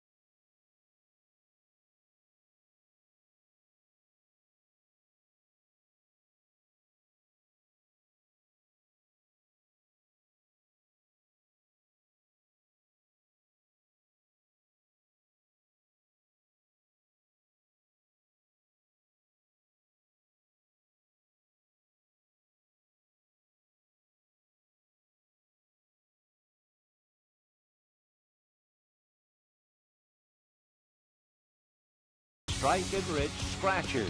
Please play responsibly. Must be 18 or older to play. The Rockies have left 7 men in their 5 innings of at-bats, but they managed to get 1 home, and they lead 1-0. Out of the bullpen comes Josh Renicky. Does that name sound familiar?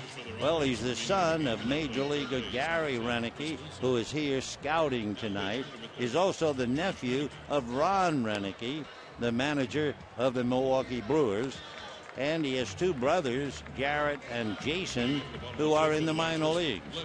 Chris Nelson, who batted for Alex White, stays in the game at third base.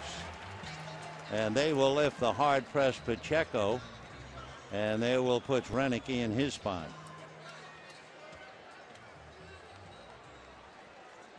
Dodgers will have Shane Victorino.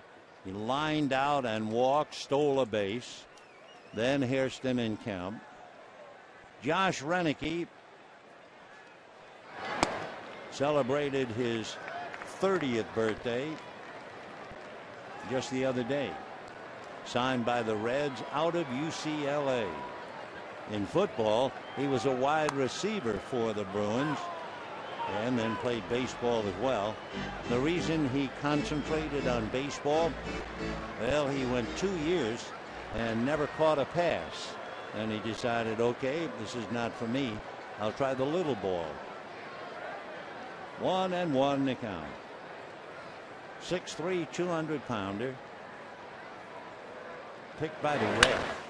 Fly ball into left center, but high enough to have Gonzalez get under it.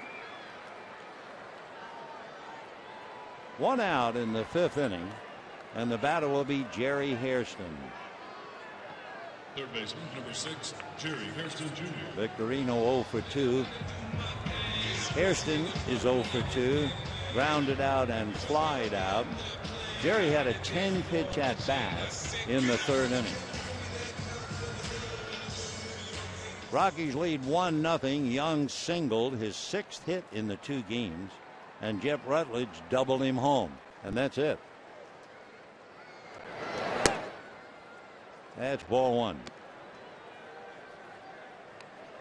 When Renicky was at UCLA, he was the closer and the center fielder for UCLA. 1 ball and no strikes.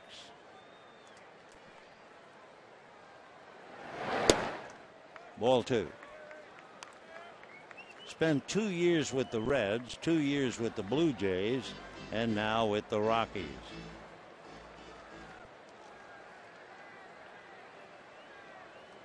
He was released by the Blue Jays last year and signed with Colorado. Basically fastball, slider, a cutter that some call a splitter, and a changeup. 3-0 in there. So Hairston trying to get aboard, and Matt Kemp on deck.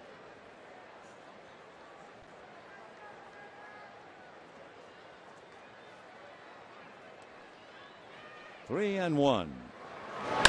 Fastball line to center. Hit it too well, right into the glove of Dexter Fowler. Center fielder, number 27, Matt Kemp. With all the walks and all the scurrying and all the wild pitches and all the stolen bases, the Dodgers have 1 hit. That was a single by Hanley Ramirez through the hole in the 2nd inning. So 2 out. Here's Matt, lined out to center and walked.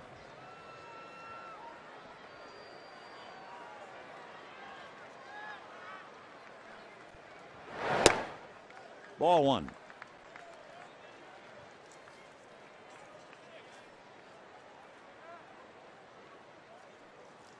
Renicky starting the inning. During the year, he's inherited 21 runners, and 5 have scored. So he's been pretty effective.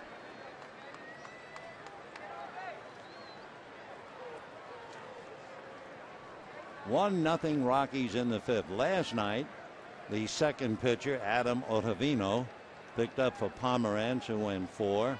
Ottavino picked up the victory. Change missed. 2-1.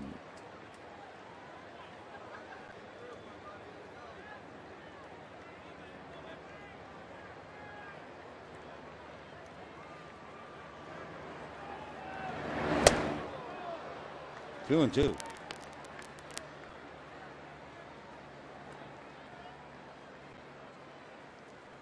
On deck, Andre Ethier.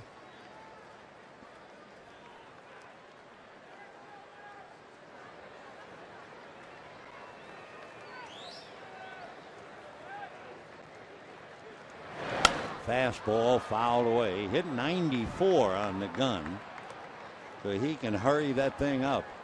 6'3", 200-pounder.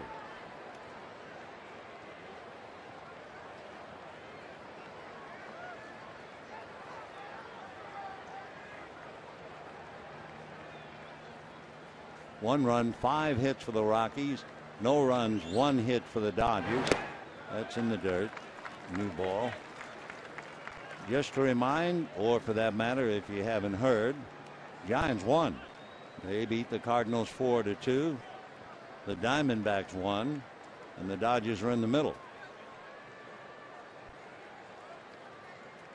3-2 to Matt.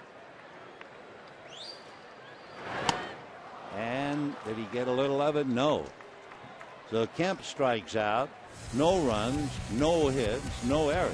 And at the end of 5, 1-0 Colorado.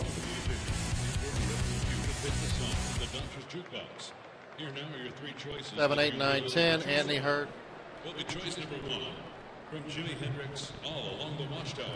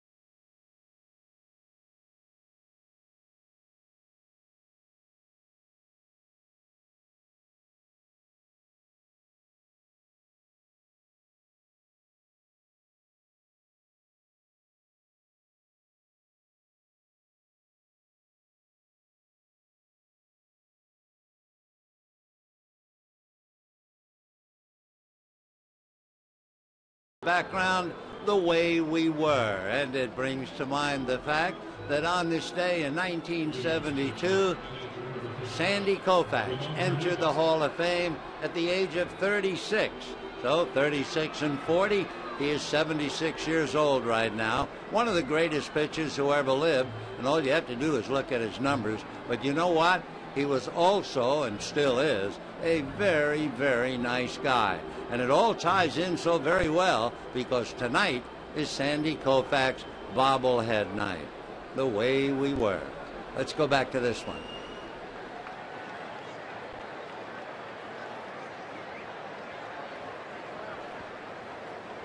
Yep, Sandy will be forever remembered. And the great number 32. A strike now to Ramon Hernandez. Yep. Numbers have charms, especially if you're into sports. 1 ball and 1 strike. Hernandez hit back to the box, fly to left, 0 for 2.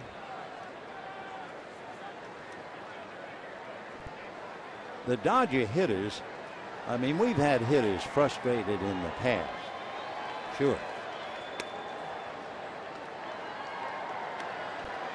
Can you believe this? In the 14 innings of the series, Dodger hitters have worked into 23 3-ball counts, and they've yet to score.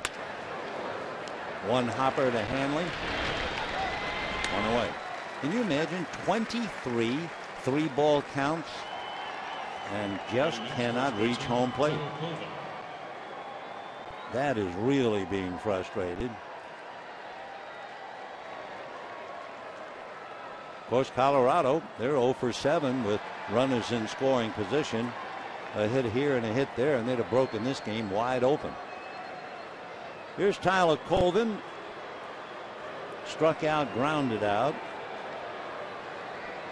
1 run, 5 hits for the Rockies, no runs, 1 hit for the Dodgers. 1 hit.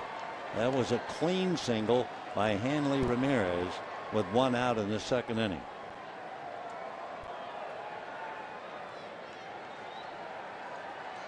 Dodgers have left 6 in 5 innings. That's fouled away. Rockies have left 7 in their 5 innings. So 2-0 last night and 1-0 so far tonight. Don Mattingly and Jim Tracy both having to have a great deal of patience. Little foul. Can anybody get under it? No, it wasn't high enough. Hairston and A.J. Ellis. Crowd enjoying the proceedings. Hope you'll be out tomorrow night. That'll be our final game of the homestand. Chad Billingsley going up against left-hander Jeff Francis.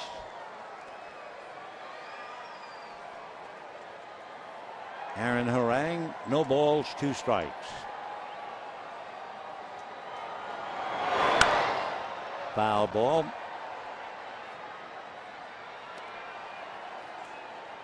Tyler Colvin, who has a home run in the past against Harang, appeared as a pinch hitter last night, struck out.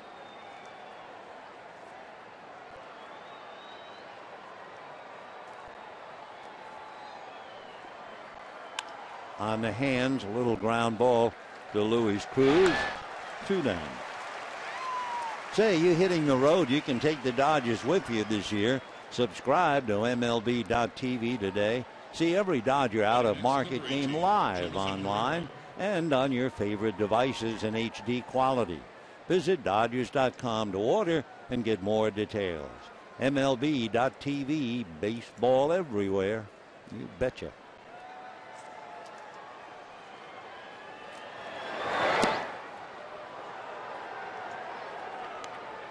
Jonathan Herrera hit back to the box and struck out.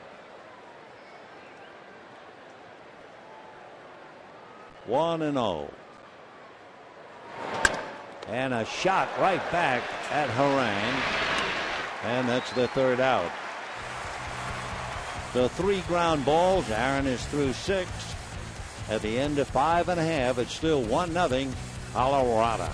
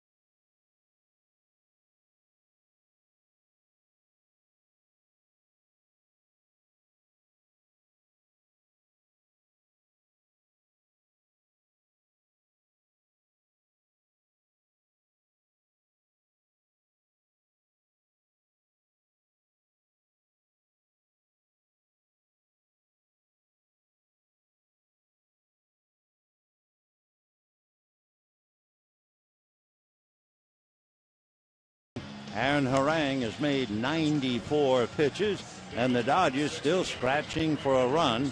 Andre Ethier, Hanley Ramirez, and then James Loney. Andre Ethier grounded out, walked intentionally, 0 for 1. Josh Renicky picking up for the starter, Alex White.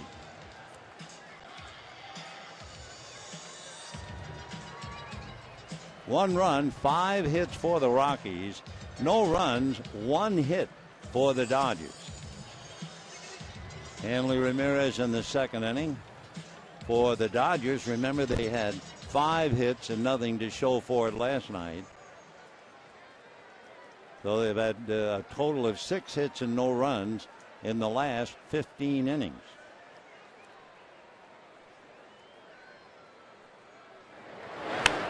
Popped up. It will be the 3rd baseman, Chris Nelson. 1 away. So Ethier doesn't hang around. First ball swinging. 1 away.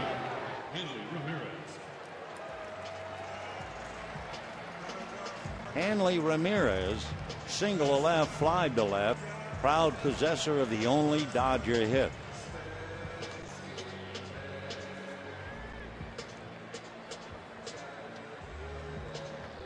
Hanley batting .244. He has 15 home runs, 59 runs batted in. Fastball strike. Josh Renicky, a Bruin from UCLA, picking up for Alex White, a Tar Heel from North Carolina.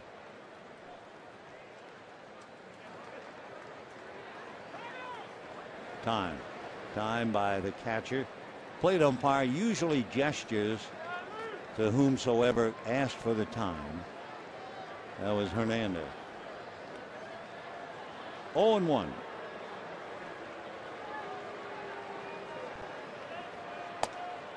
Drop that on the corner. 0-2.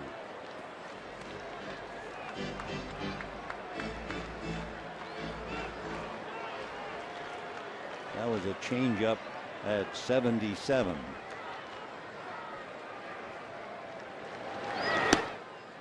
One and two. So you watch Hernandez. He really gives you exactly the area they're shooting at. He settles directly behind the plate to give his signs, and then he will move or stay where he is. He's going to be inside a little bit. Right there. So Renicky is hitting the target, and Henley refusing to bite. 2 balls, 2 strikes.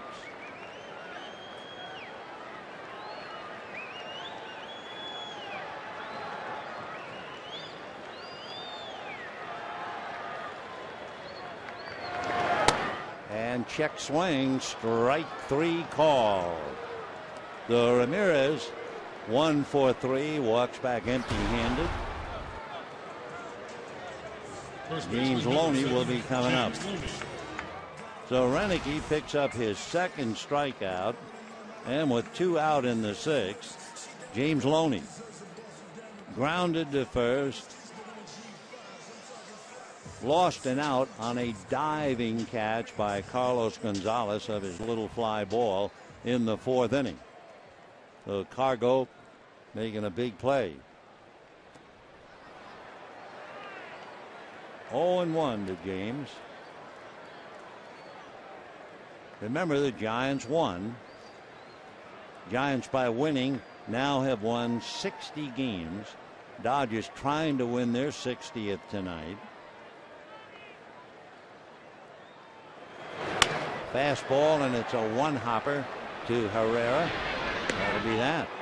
So Renicky has come in with his dad watching, has retired 6 in a row, and at the end of 6, 1-0 Rockies.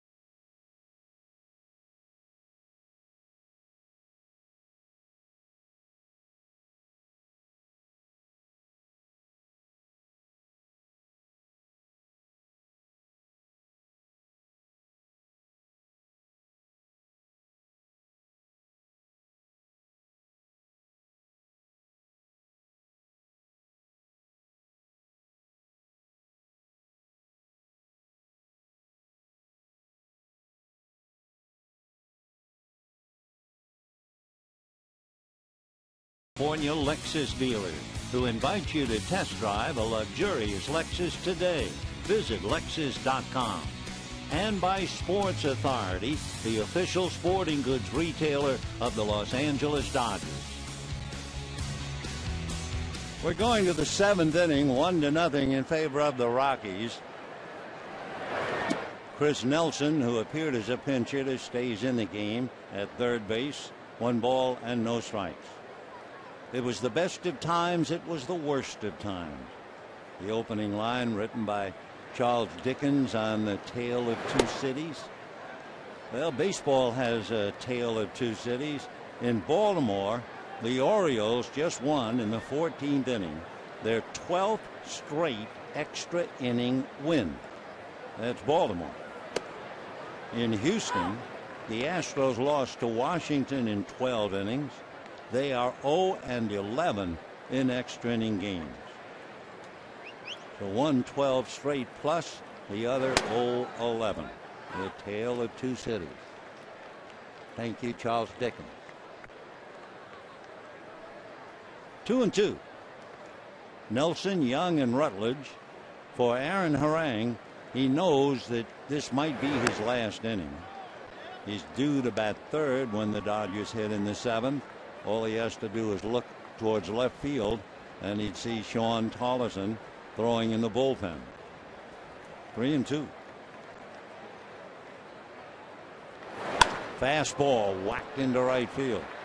91-mile-an-hour fastball, and Nelson just jumped on it.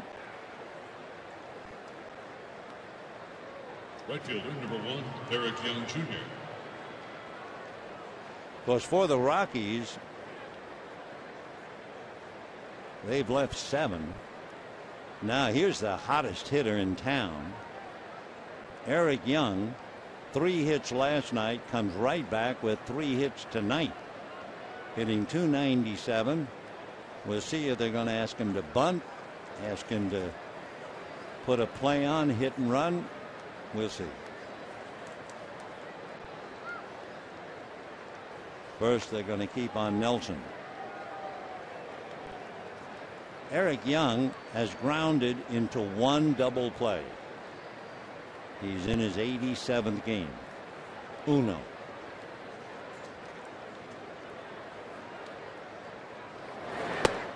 Pulls up. Ball 1.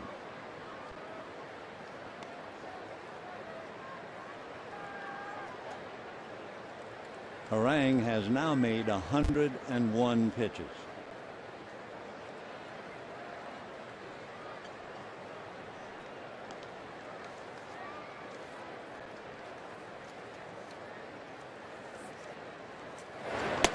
And ball 2. Harang has walked 3, but he's anything but wild. All 3 walks were given to Carlos Gonzalez. 2 of the 3 were official intentional walks. The other one, he just didn't want any part of Cargo and walked him. As far as pitch count is concerned, he's made as many as 118 pitches in a game, 116 a couple of times. He's at 102 now. 2-0. Check swing foul. 2-1. So now you wonder, will Tracy play hit and run 2-1 with a hitter who's only grounded into 1 double play, who was struck out about 25% of the time? So we'll watch Nelson. So is Harang. And time. So Harang will do that. All veteran pitchers do. Try to freeze the runner. Pretty hard to freeze the runner when it's 80 degrees at night.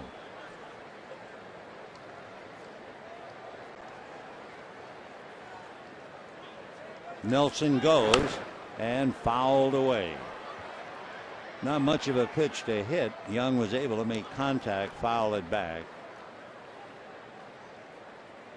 So he was protecting the runner and had a very difficult pitch. 2-2 the count. Young looking down to Rich Dower. across the diamond. So is Chris Nelson. So they put it on 2-1. Let's see about 2-2.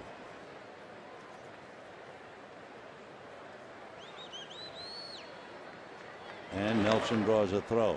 One thing about Harang, his control has been excellent, except for pitching around Gonzalez. So if you want to put a play on, chances are Aaron will be around the plate. So we'll see what Jim decides. 2 balls, 2 strikes. Nelson not going. Now they go 3-2. All right, let's look at another number for Young. He has only walked 9 times, so he's a very aggressive hitter. And he's had over 155 plate appearances. So it figures they'll run Nelson. 3-2, nobody out. Yep, there he goes. And it's ball 4.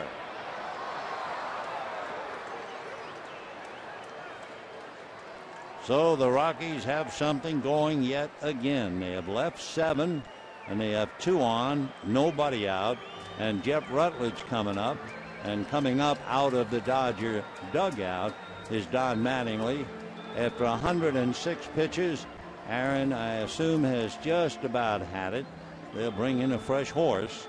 Rutledge, Fowler, and Gonzalez due up. Aaron's going to leave. Pitched well. Made 106 pitches, allowed 1 run. But like Capuano, couldn't get any for himself. And we'll be right back.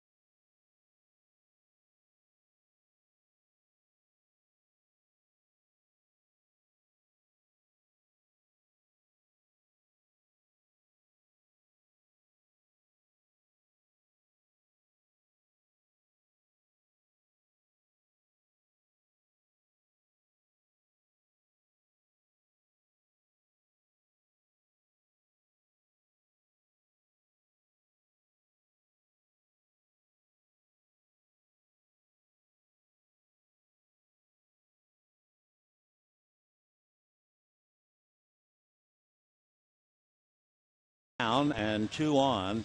Interesting on ball 4 to Young. A.J. Ellis apparently didn't know it was ball 4, but Aaron did, and on the throw to second, he cut it off, which brought to mind an old baseball story.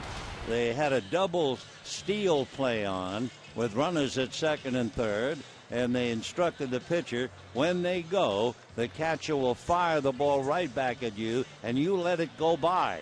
And the shortstop will get it and fire home, and we'll get the runner coming from third. And the pitcher said, okay.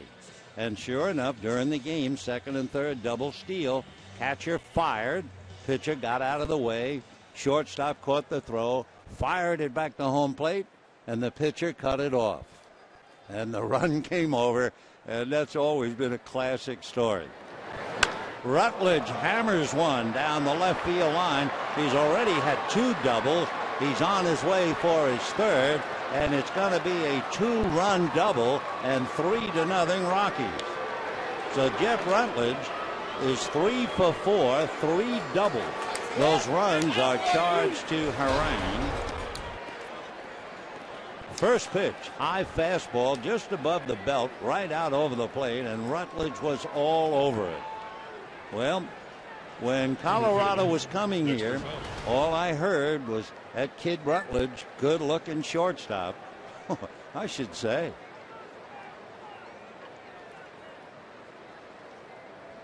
So it is 3-0 Colorado. Rutledge at second. Randy Choate is up in the bullpen. And here's Dexter Fowler. And ball one. 3 runs, 7 hits for the Rockies, no runs. One little murmur of protest from the Dodgers.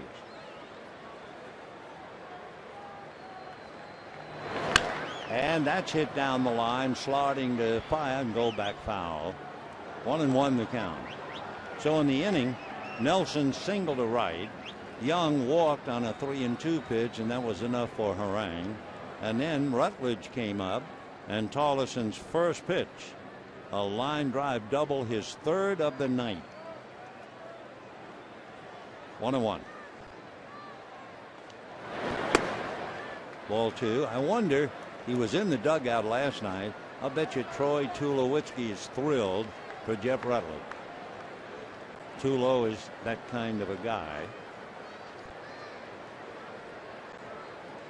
2-1 to Fowler.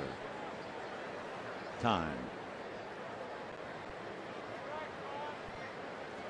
If the Rockies win tonight, they have cinched winning the series. They haven't won a series here since 2010. And there's a base hit. So Tollison, they will hold Rutledge at third. So Tollison comes in, and there's no relief for the moment.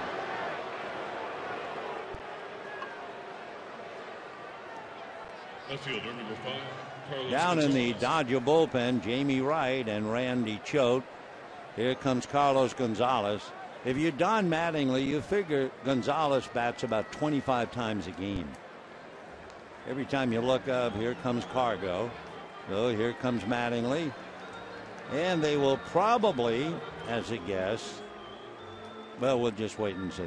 We'll be right back.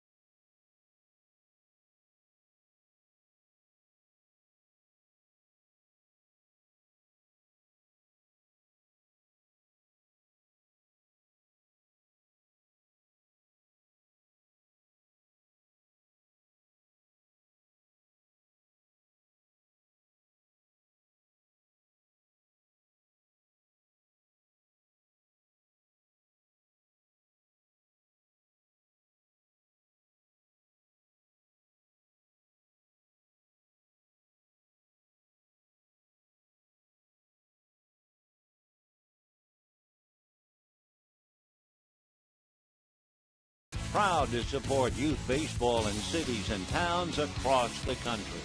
And by Farmer John. Taste the local flavors. Nancy B. Heffley playing a great song from Promises, Promises from Burt Bacharach. I'll never fall in love again. So I think she was giving the sentiments of certainly a portion of the crowd tonight. Harang, Tollison, and now Choate. Randy brought in to face Carlos Gonzalez. Then you have the pitcher spot following Cargo. That would be Josh Renicky. For Gonzalez, he could have phoned it in. He has not had an at-bat officially because he's walked 3 times. For Aaron Harang, allowed 1, but then gave up a single and a walk. And for Sean Tollison, a very rough night, 5 pitches, and he gives up a double and a single, 2 runs in the inning, and he leaves with runners at first and third. So Aaron Harang and Sean Tollison sitting quietly in the dugout. Rutledge at third. He has just punched holes in the Dodgers with 3 doubles, and Fowler at first. Here's Cargo. Gonzalez batting .326, 20 home runs, 74 runs batted in. Fastball low and inside. Gonzalez, by the way, is hitting .306 against left-handers, hitting .337 against right-handers. He hasn't had a chance to swing the bat tonight. Rutledge and Fowler out there. Infield up on the left side. Again inside. You go up to hit against Choate if you're left-handed and you're figuring I'll probably get big sweeping curveballs down and away. And because that might be the normal thought, he has come inside and fastballs and fallen behind 2-0 to Gonzalez.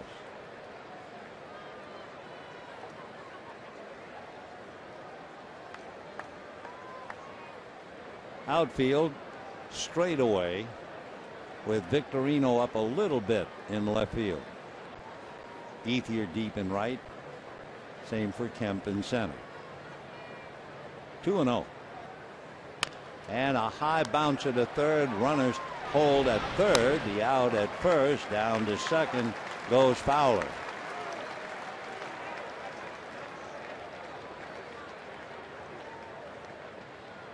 Play goes 5-3. Second and third now with one out. Pitcher number 30. Ron Renicke's nephew, Josh Renicky, listening to Rich Dower, third base coach. Interesting mix there. Dower, the pride of USC, Renicky from UCLA. And meanwhile, we'll see what kind of a switch is about to come. So Gonzalez taps to third, and we'll be right back.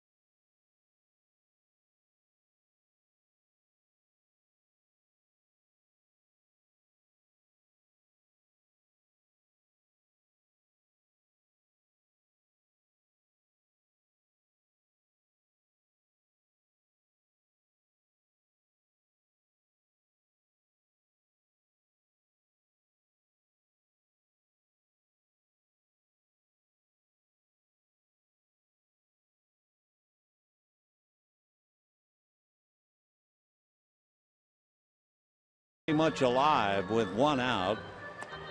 Juan Rivera will now come into the game with Jamie Wright. So if you're keeping score, put Jamie Wright in Loney's spot. Put Rivera at first base batting ninth. So when the Dodgers come up in the bottom of this inning, it'll be Cruz, Ellis, and Rivera. Jamie Wright will be facing Josh Renicky with second and third and one out. In looking at the Colorado list, Renicky has had 9 at-bats. He does have 1 hit, and he has struck out 4 of the 9 at-bats. Well, he played center field as well as the closer for UCLA, and we'll find out whether he can swing the bat or not. The Rockies have left 7. They have second and third with 1 out here in the 7th. And we'll see what Josh can do against Jamie Wright. Infield is up. Victorino shallow. Ethier now comes up. So does Kemp. Renicky had been listening to his third base coach, Rick Dower. And a strike. After Renicky comes Ramon Hernandez. Don't know about a squeeze. Rutledge right at the bag. No balls, 1 strike.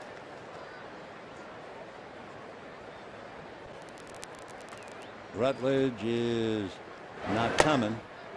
0-2, so that removes that possibility, I think.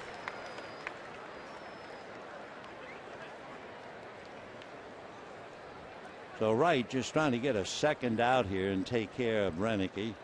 Tracy trying to figure out a way to get at least another run. Hernandez coming up is 0 for 3. Fouled away. For Jamie Wright, with a runner at third, as we always do, we look, and he has 2 wild pitches.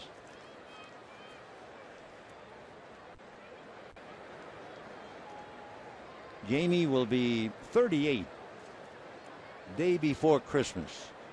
Pride of Oklahoma City. 0-2. And a breaking ball swung on and missed. Out has to be recorded at first. So Renicky strikes out. Runners have to hold. 2 out. And now the catcher, Ramon Hernandez. Hernandez caught last night. He was 1 for 4. He came up a couple of times with men on, hit into a double play with the bases loaded. He did single leading off an inning, and tonight 0 for 3, hit back to the box with the bases loaded in the first inning. So Ramon, hitting .215, has not been Mr. Clutch. Fouled away. 3 runs, 8 hits for the Rockies, no runs, and 1 hit for the Dodgers. Ramon Hernandez from Caracas, even 6, at least 225, 36 years old. Fouled away, 0-2. Hernandez originally signed by the Oakland A's, spent about 5 years with the A's, then went to the Padres for a couple, the Orioles for 3, the Reds for 3. 0-2.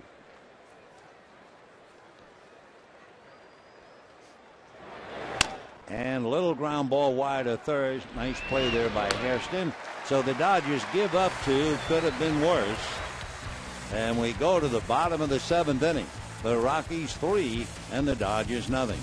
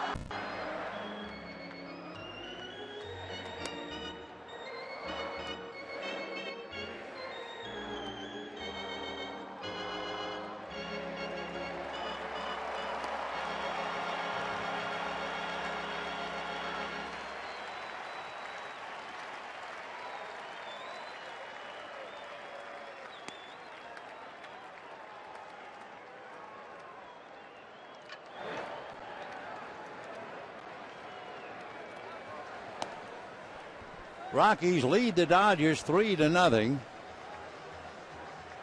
Josh Renicky picking up for Alex White. Renicky pitched the 5th inning, then the 6th. He's made 23 pitches, retired 6 in a row, striking out 2. Now he'll face Luis Cruz, A.J. Ellis, and Juan Rivera. Dodgers still trying to figure out the mystery. They have just 1 hit. Hanley Ramirez singled with 1 out in the 2nd inning. Dodgers have gotten 2 men as far as third base. The only reason, wild pitches. 0-2. Luis hitting .245, 2 home runs, 18 runs batted in.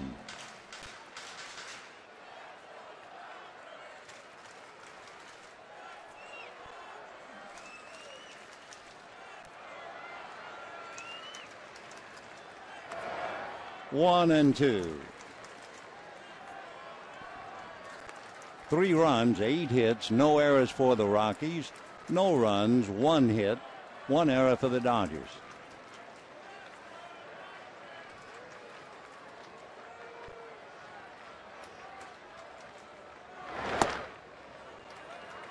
Two and 2. Renicky has made 27 pitches. Last night, Ottavino pitched 3, a total of 46 pitches. That is very playable. That's why Dexter Fowler brought his glove. 1 away. 7 in a row retired by Josh Renicky. And the batter is A.J. Ellis. Grounded to short and walked. 0 for 1.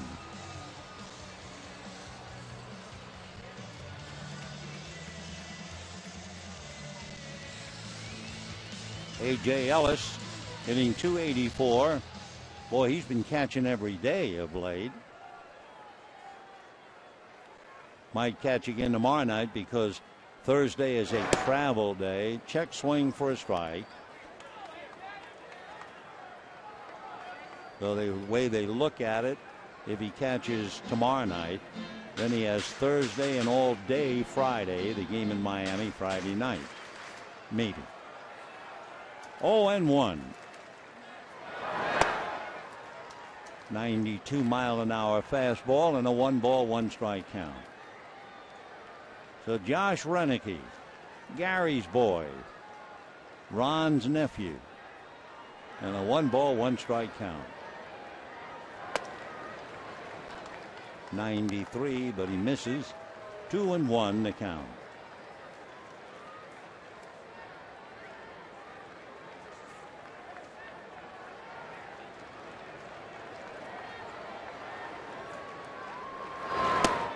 Now he misses away. 3-1.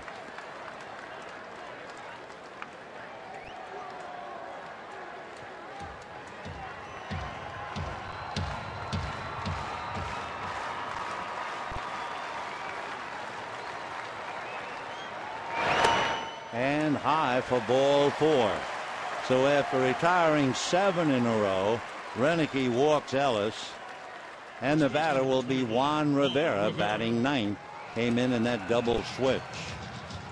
In looking at Renicky's numbers, 3-0 in his 45th game.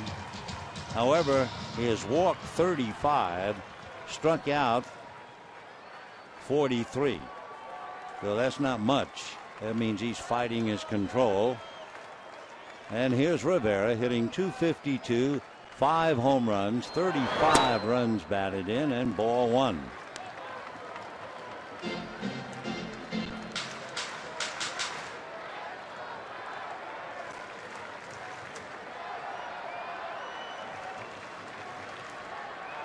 One ball, no strikes.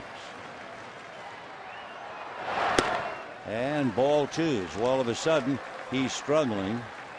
It happened in the 3rd inning to Alex White. All of a sudden walked Victorino, Kemp, Ethier intentionally, and was lucky to get out of it.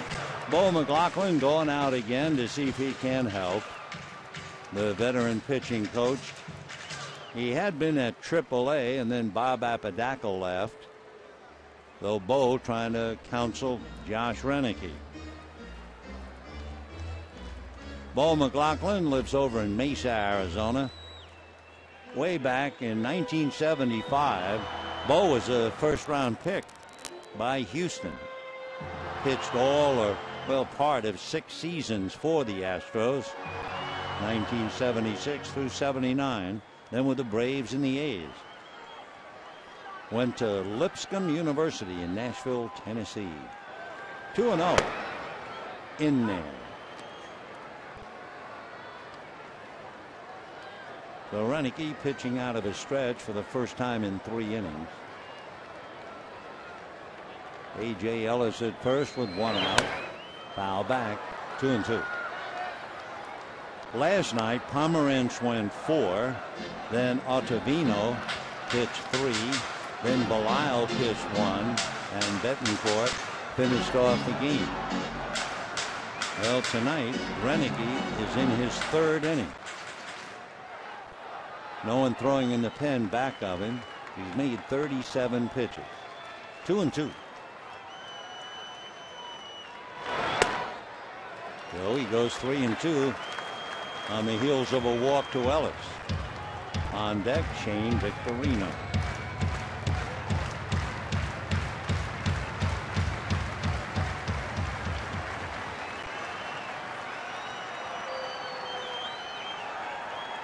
See if he gets a fastball 3-2.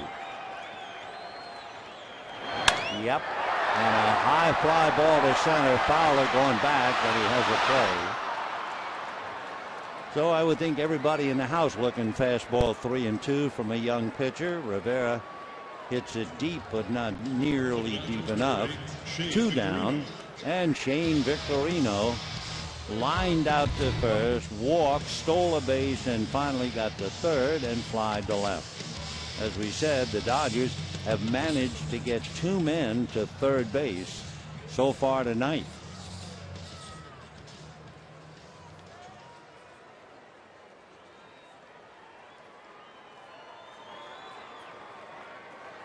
Last night, the Dodgers got 3 men to third base and went down 2-0. 1 ball and no strikes. 2 out in the 7th.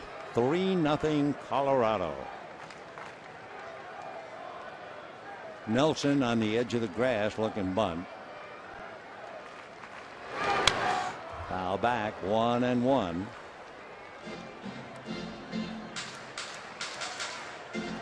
Shane hitting .256. 9 home runs, 40 runs batted in.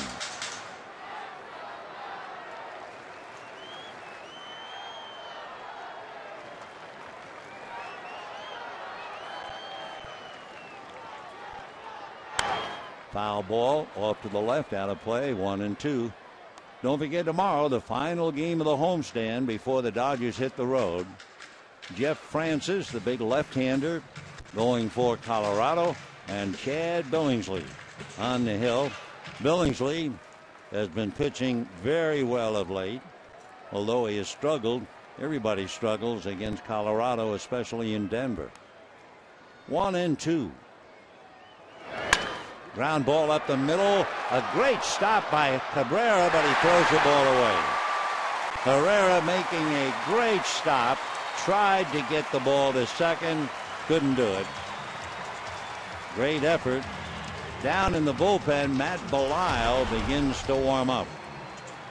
So it's a base hit, but then Herrera gets the glove on it and could not get it to Rutledge. For the Dodgers, that will be a base hit. So the Dodgers now with 2 hits. And here is Jerry Hairston representing potential tying run. Jerry hitting .274, 4 home runs, 26 runs batted in. So near and yet so far for Jonathan Herrera. So Ellis and Victorino out there with 2 down. 3-0 Rockies, bottom of the 7th. Ball 1. So Renicky asked to do what Ottavino did last night, go 3, and then give the ball to Belisle and then Betancourt. Well, he's gone 2 2/3. That's in there.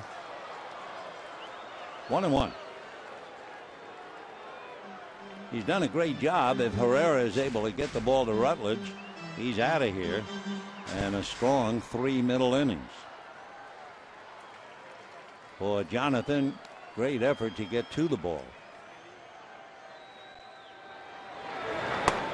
Ball 2.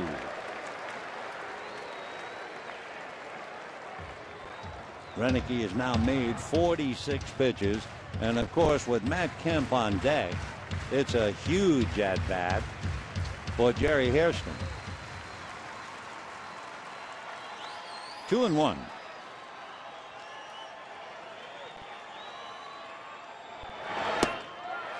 And ball 3. So Josh Renicky digging a little hole here, 3-1. More than anybody else in the ballpark, I think. He's that aware of Matt Kemp.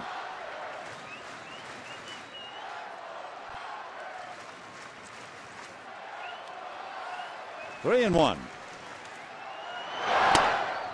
A strike. 3-2.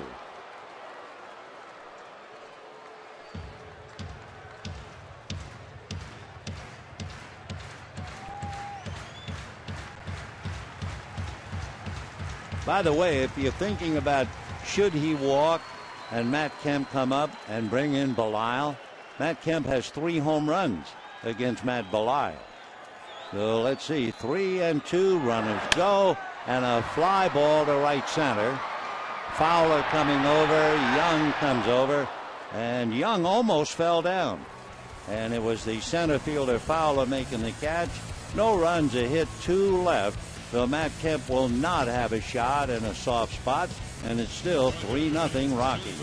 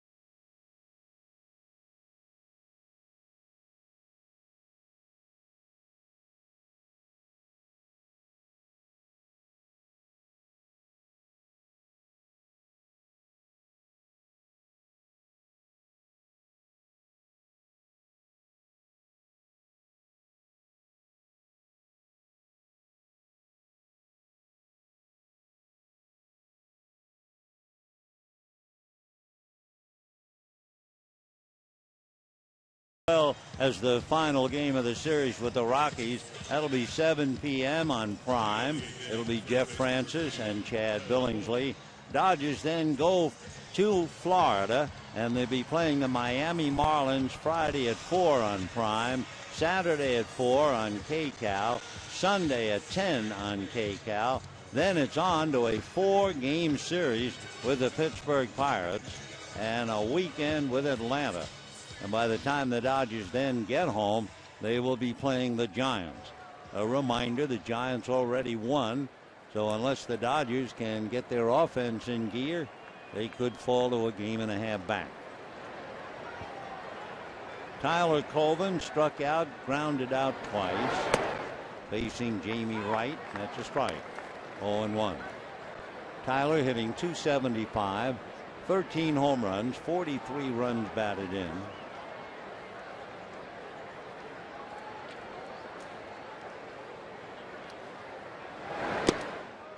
Breaking ball low, 1-1. Josh Renicky made 49 pitches in his 3 innings. Last night, Ottavino made 46 pitches in his 3 innings. And now they'll leave it up to the veterans, Matt Belisle and Rafael Betancourt. For the Dodgers, they are really talking to themselves, I am sure. Fouled away. The Dodgers, with Hairston flying out, are 0 for 4 with runners in scoring position. They are 0 for 12 in the series. But what's even more remarkable, you know, the Dodgers in the series have had 26 3-ball counts, and they've still failed to score. 1-2. Breaking ball. Big overhand curve. Still 1-2.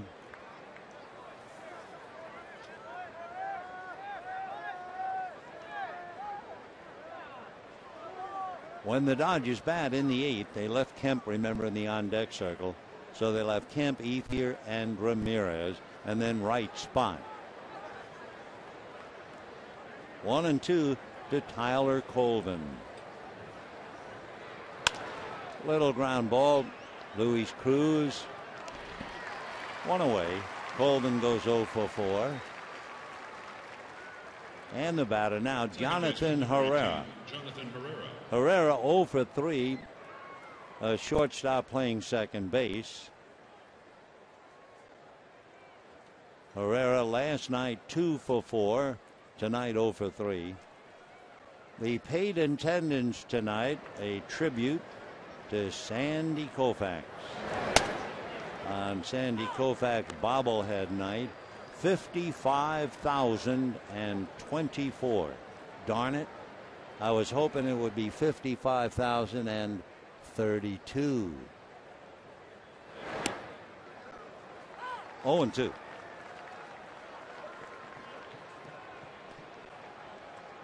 One out in the 8th, 3-0 Colorado. 24 Walter Alston and 32 Dandy Sandy. That got away. So Herrera hustling, and the throw out of the glove of Rivera. He did not make a turn. Loney made an error earlier. He just dropped a throw. Rivera reaching up to handle a high fastball from A.J. Ellis. Herrera hustling. There it is, right off his glove. So it'll be E3. Herrera safely aboard on the error. Charge to Rivera. And with 1 out, Chris Nelson, third baseman, batting 9th. 1 out in the 8th, 3-0 Colorado.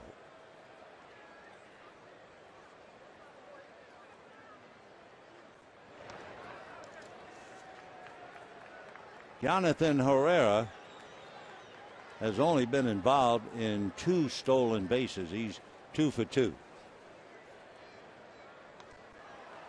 Very close. Jamie Wright's been pitching professionally for a long, long time.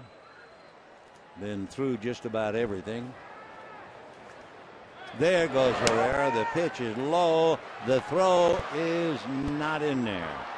A little high. So Herrera steals it. He's 3 for 3.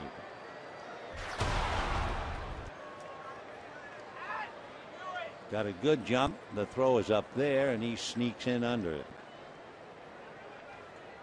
So now a stolen base puts a runner at second with 1 out. 1 ball and no strikes to Chris Nelson.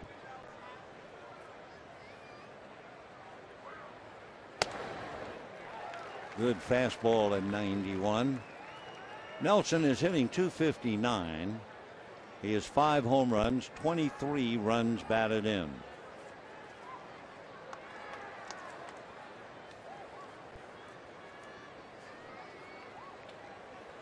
One ball, 1 strike. Pickoff play, not in time, but close.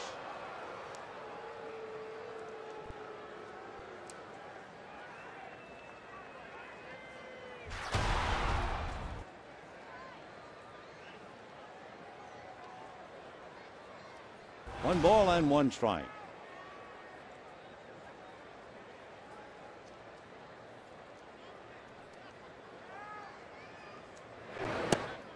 And that's a little low. Chris Nelson, despite the fact that he is basically an infielder, he had Tommy John surgery when he was in high school. He helped his team to the Connie Mack World Series title back in 2003. He's from Decatur, Georgia, and he still lives there.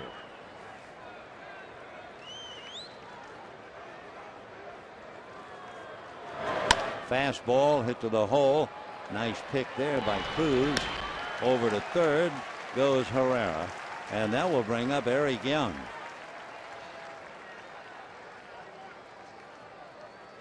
Batting next, right fielder Eric Young Jr. Eric Young had 3 hits last night and went 3 for 5. He scored 3 times. Tonight he has 3 hits and a walk. He has scored once. Though EY, a very tough hitter in this series, came here hitting .280. He is a much better hitter as far as his numbers are concerned, batting right-handed. 0-1. And last night he had some pretty good swings against Capuano. So you thought, well, let's slow down a little bit, batting left-handed against Harang, and instead he singled 3 times.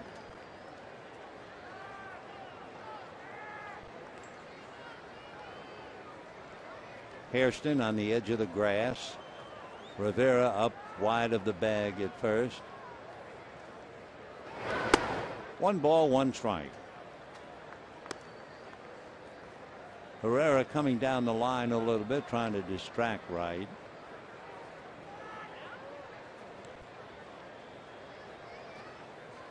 One ball and 1 strike.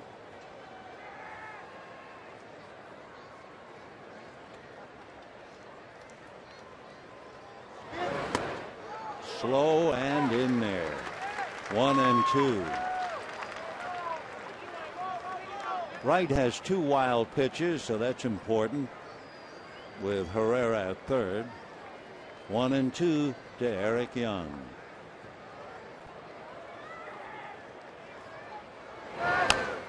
It's a little dribbler right to Rivera on the bag, and the inning is over.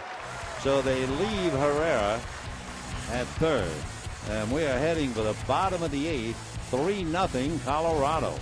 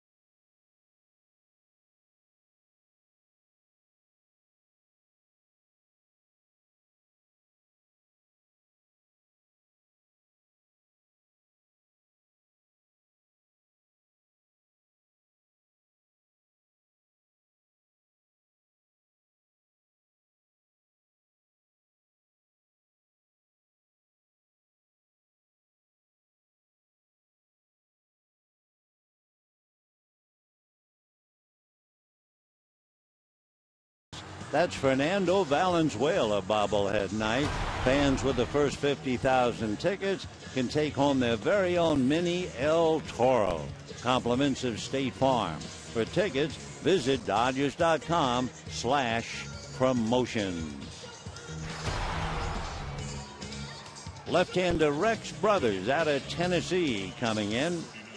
Among other things, and interestingly enough, he went to Lipscomb College. That's in Tennessee. And he was the second highest player drafted out of Lipscomb in the school's history. Lipscomb became a full NCAA school in 2004. Who's the only other player who was drafted higher? It was Bo McLaughlin, who is now the Rockies minor league pitching coordinator and became the Rockies pitching coach after Apodaca left. Basically, Brothers throws hard. His fastball's been clocked as high as 99, and that's rare for a left-hander to throw that hard. He has a slider and a change. Worked on the slider when he pitched in the Cape Cod League. Matt Kemp, then Andre Ethier, and then Hanley Ramirez.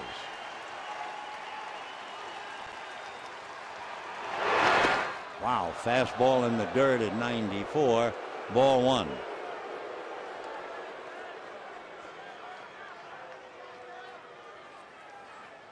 One and 0 to Matt Kemp. Jamie Wright, while he was in there, made a total of 23 pitches.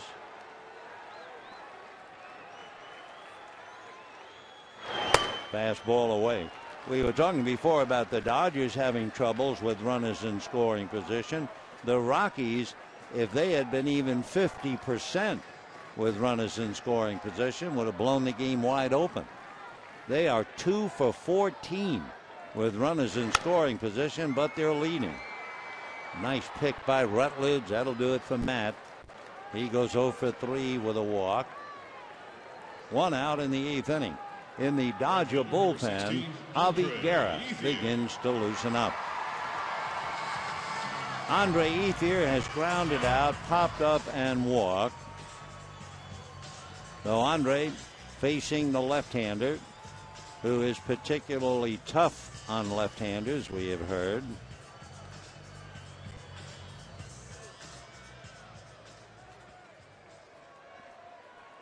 Left-handers adding 250, so not quite that tough. Fastball for a strike. 0-1. Andre Ethier grounded out, popped up, and was walked intentionally in the 3rd inning. That's going to cost him a strike. So Andre in a hole, 0-2. Hitting .225 against left-handers. He just muttered the pitch was away. He's hitting .326 against right-hand pitching.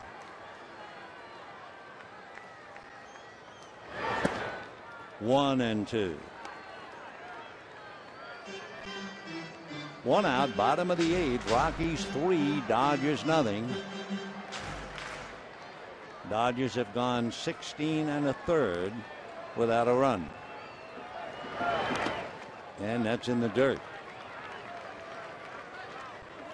Rex Brothers with a 2-ball, 2-strike count. Because he throws so hard and he's left-handed, his pitching coach at Tulsa, Brian Harvey, compared him to Billy Wagner. Well, that's an awfully great comparison. 2-2.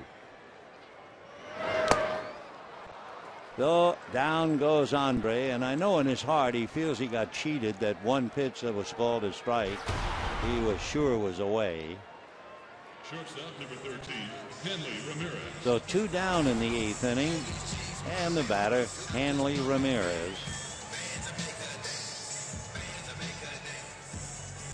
That was a pretty good slider that got Ethier. Now let's see if he tries to run that thing in on Ramirez.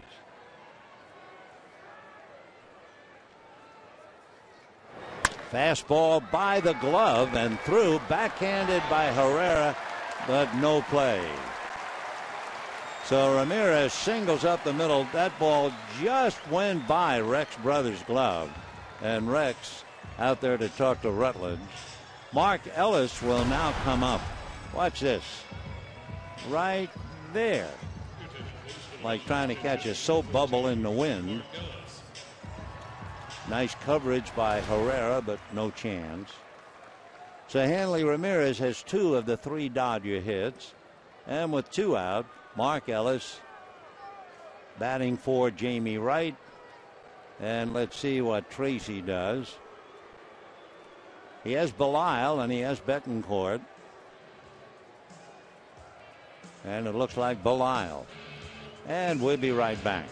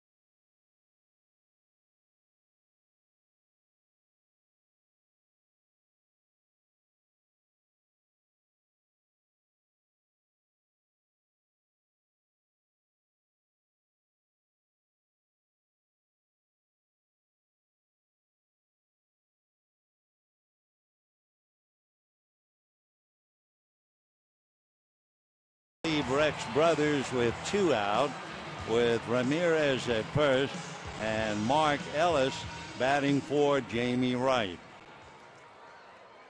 Mark Ellis is 1 for 5 in the past against Belisle. Fastball missed. Belisle pitched the 8th inning last night. Gave up 1 hit, a single to Kemp. 1 ball, no strikes. And that's in there.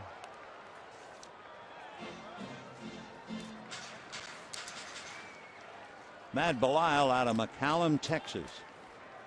Drafted by the Braves out of high school. 1-1. Change. Whacked down the left field line. Here is Ramirez going to third. They're going to wave him in. The relay to the plate is not in time. Down to second goes Ellis, and the Dodgers finally get on the board. And from up here, it looked like Belisle threw a straight change, and Ellis coming off the bench. That was one pitch if you're cold, you really like. Here it is, a little slow curveball, and Ellis banged it into left field. Belisle has fastball curve, and he just took a lot off the breaking ball, and Ellis quite happy to get it. So now Luis Cruz coming up after Ellis doubles to left to drive in Ramirez. 0-1. So the run is charged to Brothers, and the hit is charged to Belisle. 2 out, 8th inning, 3-1 Colorado.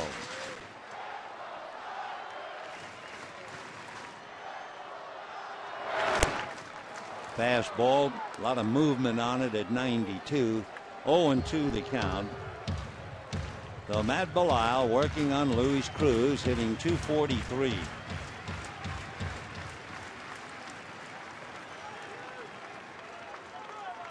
And 2.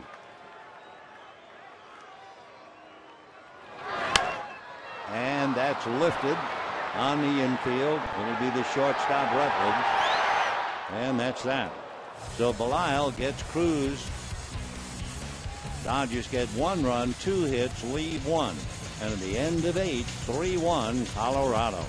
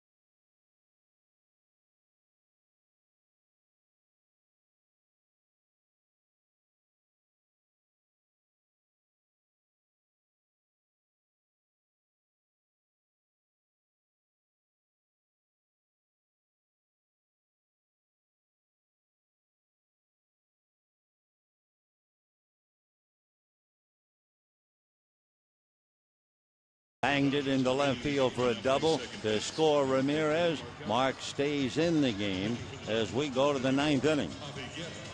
Javi Guerra will be on the mound for the Dodgers. So the Dodger bullpen has been pretty active. 5 pitches tonight, 5 pitchers last night, 6 pitchers in the last game against the Cubs. So Guerra has to get 3 out here in the 9th inning. And we'll see about the Dodgers when they come up in the bottom of the 9th. They are due to have A.J. Ellis, Juan Rivera, and Shane Victorino.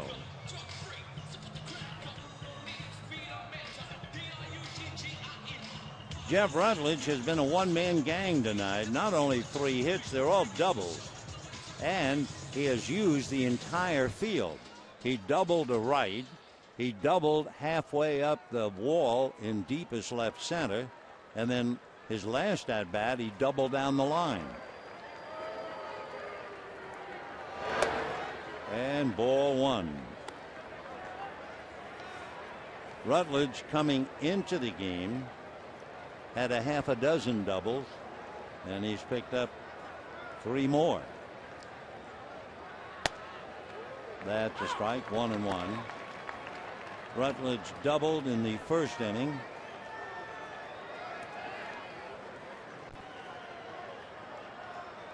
Doubled in the 5th, doubled in the 7th.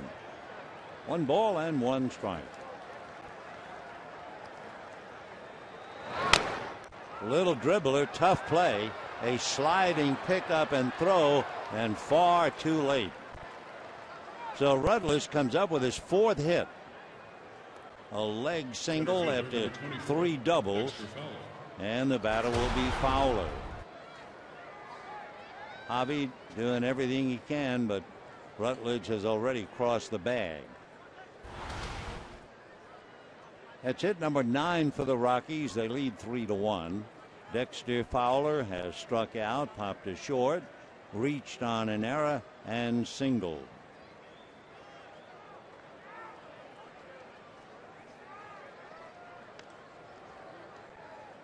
As we mentioned a little earlier,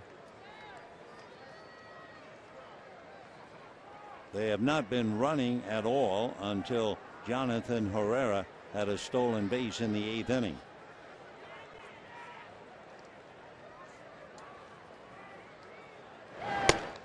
That drops in for a strike. 0-1.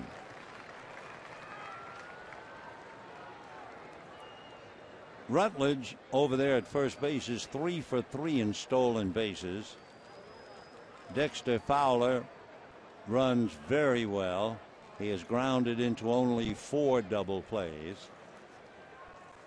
So let's see what all that means. By the way, You know, last night, Ottavino pitched extremely well the middle 3 innings.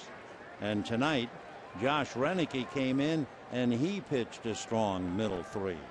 He made 49 pitches exceptionally well.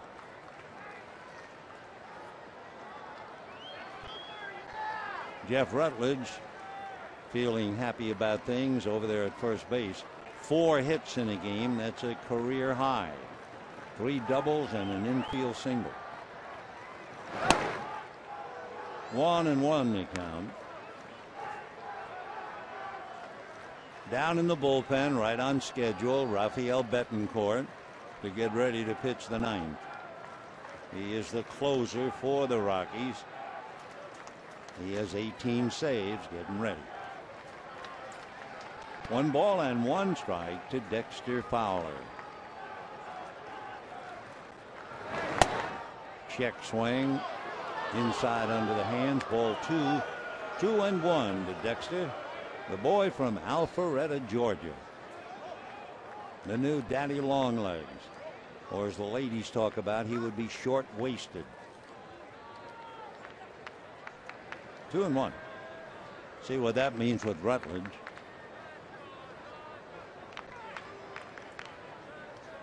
Not going. Fouled away. 2-2. Fowler came into the game hitting .290. He is a switch hitter, and he's been so consistent this year. He's been hitting .290 from each side of the plate.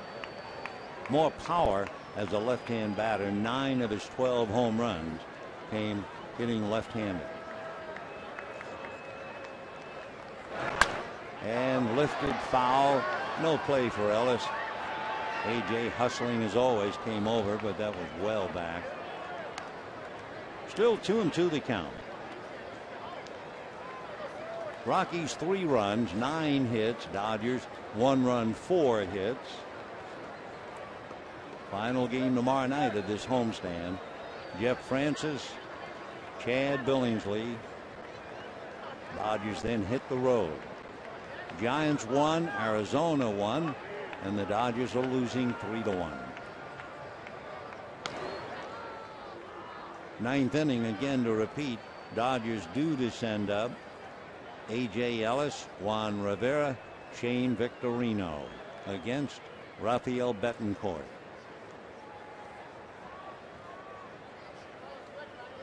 Two and 2. And ball 3. For Javi, 2-3, ERA of 3, 19 walks, 30 strikeouts. 3-2. We'll see about Rutledge. He's not going, and that's why. Fowler strikes out for the 2nd time tonight. 3rd time in the 2 games. And with 1 out, Carlos Gonzalez. Of course, another reason, I guess, why they wouldn't run Rutledge 3-2 with Fowler. Even if they strike out Fowler, and then even if Rutledge is safe at 2nd, they know what they'd happen with Carlos Gonzalez. Sure, they'd walk him again. He's walked 3 times tonight. They pitched to him once, and he grounded out.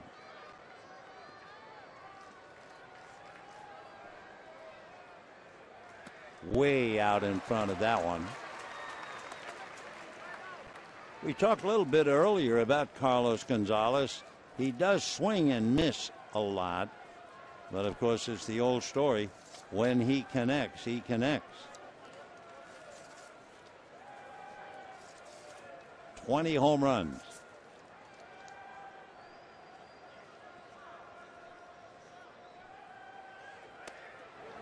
One and 1.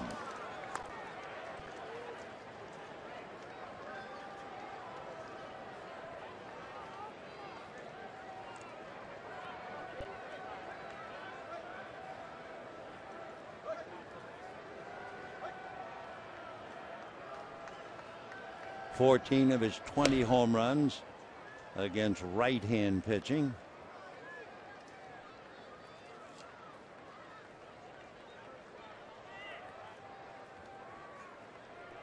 Rutledge at first, 1 out in the 9th, 3-1 Rockies. Way out in front. That's what he does. He swings and misses an awful lot. But again, 20 home runs, 70 RBIs.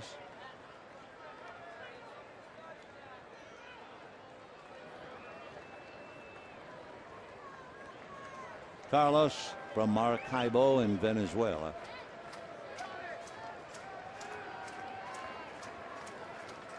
One and two.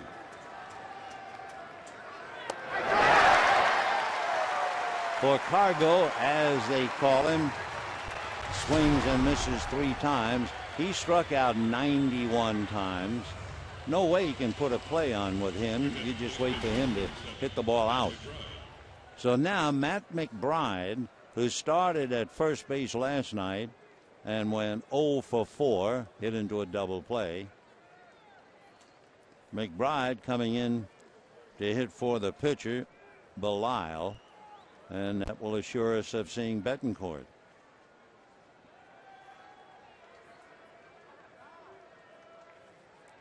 McBride finally called up after 6.5 years in the minor leagues and had a big day the very first day they called him up. He was called up against the Giants, made his debut against San Francisco, and went 2 for 4 with a double and an RBI. Ball 1 to Matt.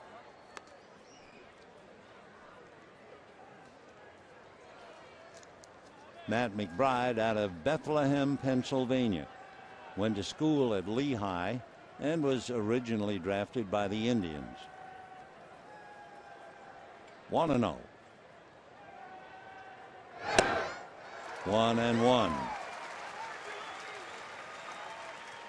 So Javi Guerra trying to take care of McBride, get out of the inning, and leave it up to the batters in the bottom of the 9th. McBride 6'2", 215. He's 27 years old. Labored 6.5, almost 7 years in the minor leagues to get here. And he slices it into right field, base hit. Rutledge will stop at second. Not about to try to run on Ethier. So McBride a base hit. Coming to the plate, number 55, Ramon Hernandez. Ramon Hernandez coming up. Hernandez, the big catcher, has not been able to do anything with men on base. He has 1 hit in this series, and that was leading off the 6th inning last night.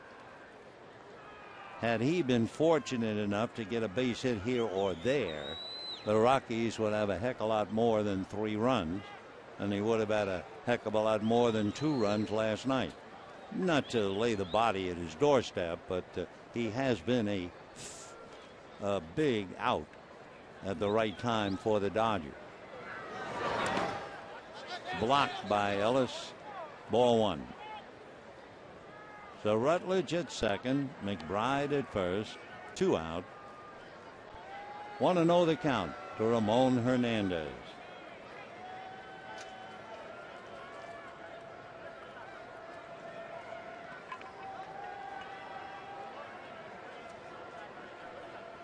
Hernandez batting .214. 4 home runs, 22 runs batted in. Look out. That was a 95-mile-an-hour fastball. 2-0 the count.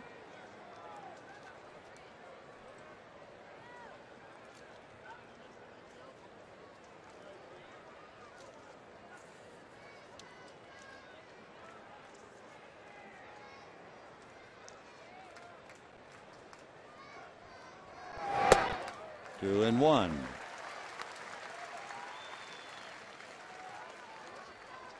Hernandez from Caracas in Venezuela. Come from a rather upper class upbringing.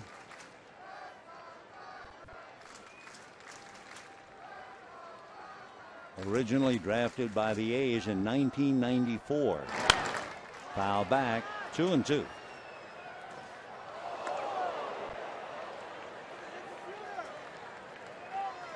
Hernandez has struck out 24 times, so he usually hits the ball.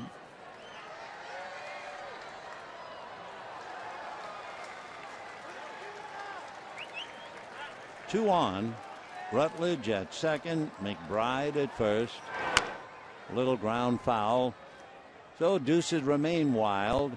2 balls, 2 strikes, 2 out, 2 on, and the Rockies lead by 2. Little meeting of the minds. Hitting behind Hernandez is the left-hand hitting first baseman, Tyler Colvin. Hanley Ramirez in to talk to Guerra. Hanley might very well like to know what this pitch is. Breaking ball, he figures it can be pulled to the hole, and he might cheat just a hair. There's that pitch foul back. Still 2-2. Hernandez, to his credit, we told you he's from Caracas, Venezuela. March 1 of last year, he passed the exam, and he became a United States citizen when he was sworn in. Good for him.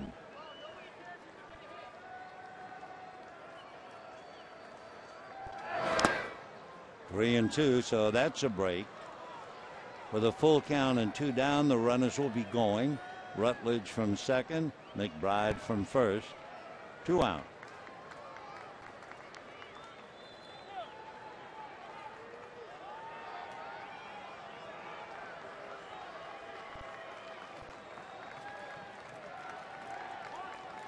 Three and two, runners at the ready. There they go. And there's the ball, hit the left, but Victorino hangs out right there. So again, Hernandez unable to come up with a big hit. Fly ball to left, he leaves 2 more, and we head to the bottom of the 9th, 3-1 Rockies.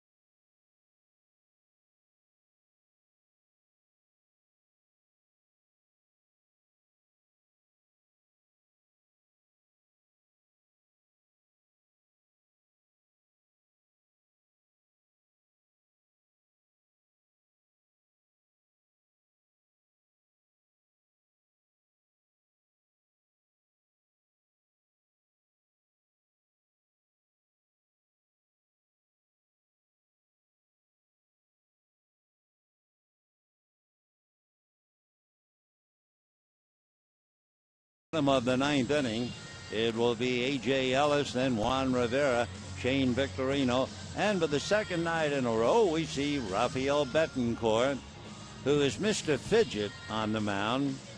Rafael from Cumana in Venezuela was originally signed by the Red Sox, came up to the big leagues after he had pitched for Yokohama in the Japanese league, and he made it to the Indians about 6 years after he signed.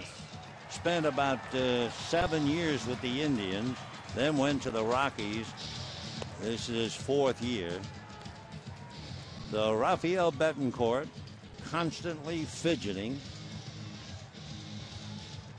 Last night, Betancourt came in, made 16 pitches, and retired Ellis, Loney, and Victorino. Tonight, it's Ellis, Rivera, and Victorino. We talked about the big catcher, Ramon Hernandez. Had he gotten a base hit, it would have been a much easier victory last night and again tonight. And again, we're not burying him, but he has left 11 runners on base in the series.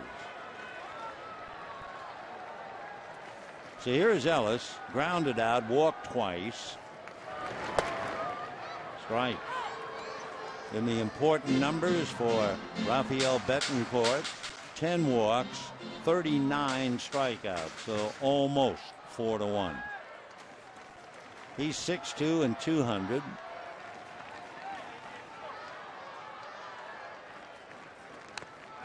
Oh, 2. Betancourt is 1-3, an ERA of 2.7, and he has saved 18.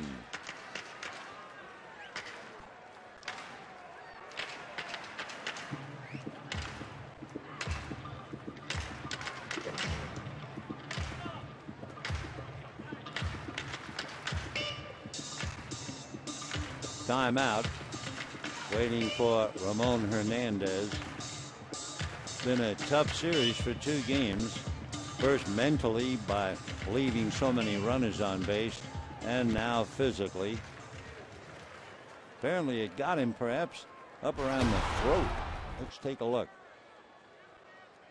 Off the glove, yeah. Got underneath the mask. Oh. So poor Ramon is really shaken up.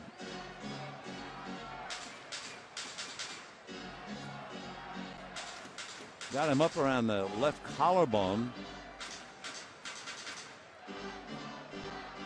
Jim saying, "Are you okay?" And Hernandez said, well, he just shook his head. And he indicates he is okay to the plate umpire, Mike Estabrook.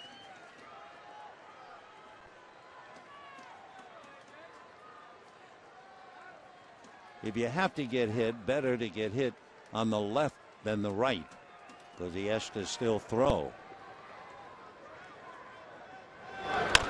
And lifted to shallow and straight away, slightly right center now.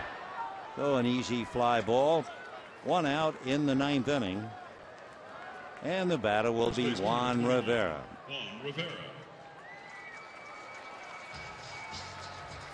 Rivera came into the game in a double switch, batting 9th in the lineup. Went 3-2, got a fastball, hit it to deep center, but there was still plenty of room for Dexter Fowler to go back and get it. 1 out in the 9th, 3-1 Rockies. Guaranteed if they win tonight, they win the series here. Winning a series at Dodger Stadium for the first time since 2010. We're watching the plate umpire, Mike Estabrook, trying to get someone's attention, pointing out towards center. I don't think you see the lights to the right of the screen. I don't think you can see those 2 little lights. I don't believe. Maybe they can. Maybe you see it from underneath the roof. Not much ballpark can do about that. Strike. 1 ball and 1 strike. Rivera hitting .251, 5 home runs, 35 runs batted in. Betancourt probably wears out the bill of his cap a couple of times a year. That's pop foul, out of play. 1-2 the count.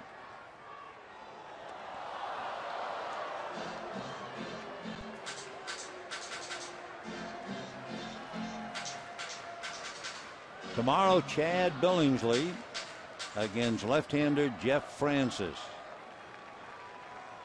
Billingsley right now between Clayton Kershaw and Chris Capuano.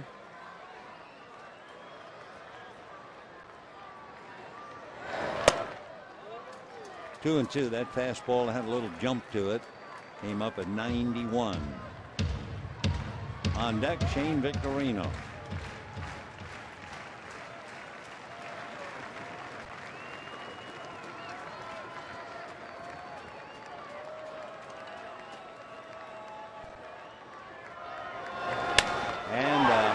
fly ball to deep left field.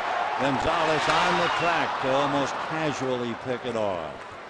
So Rivera's hit 2 long fly balls, but that's all they've been.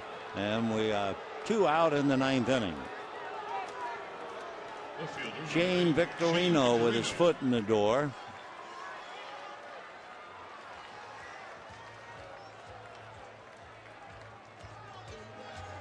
Victorino lined out to first, walked, stole a base, flied to left, and then singled up the middle despite a great effort by Jonathan Herrera.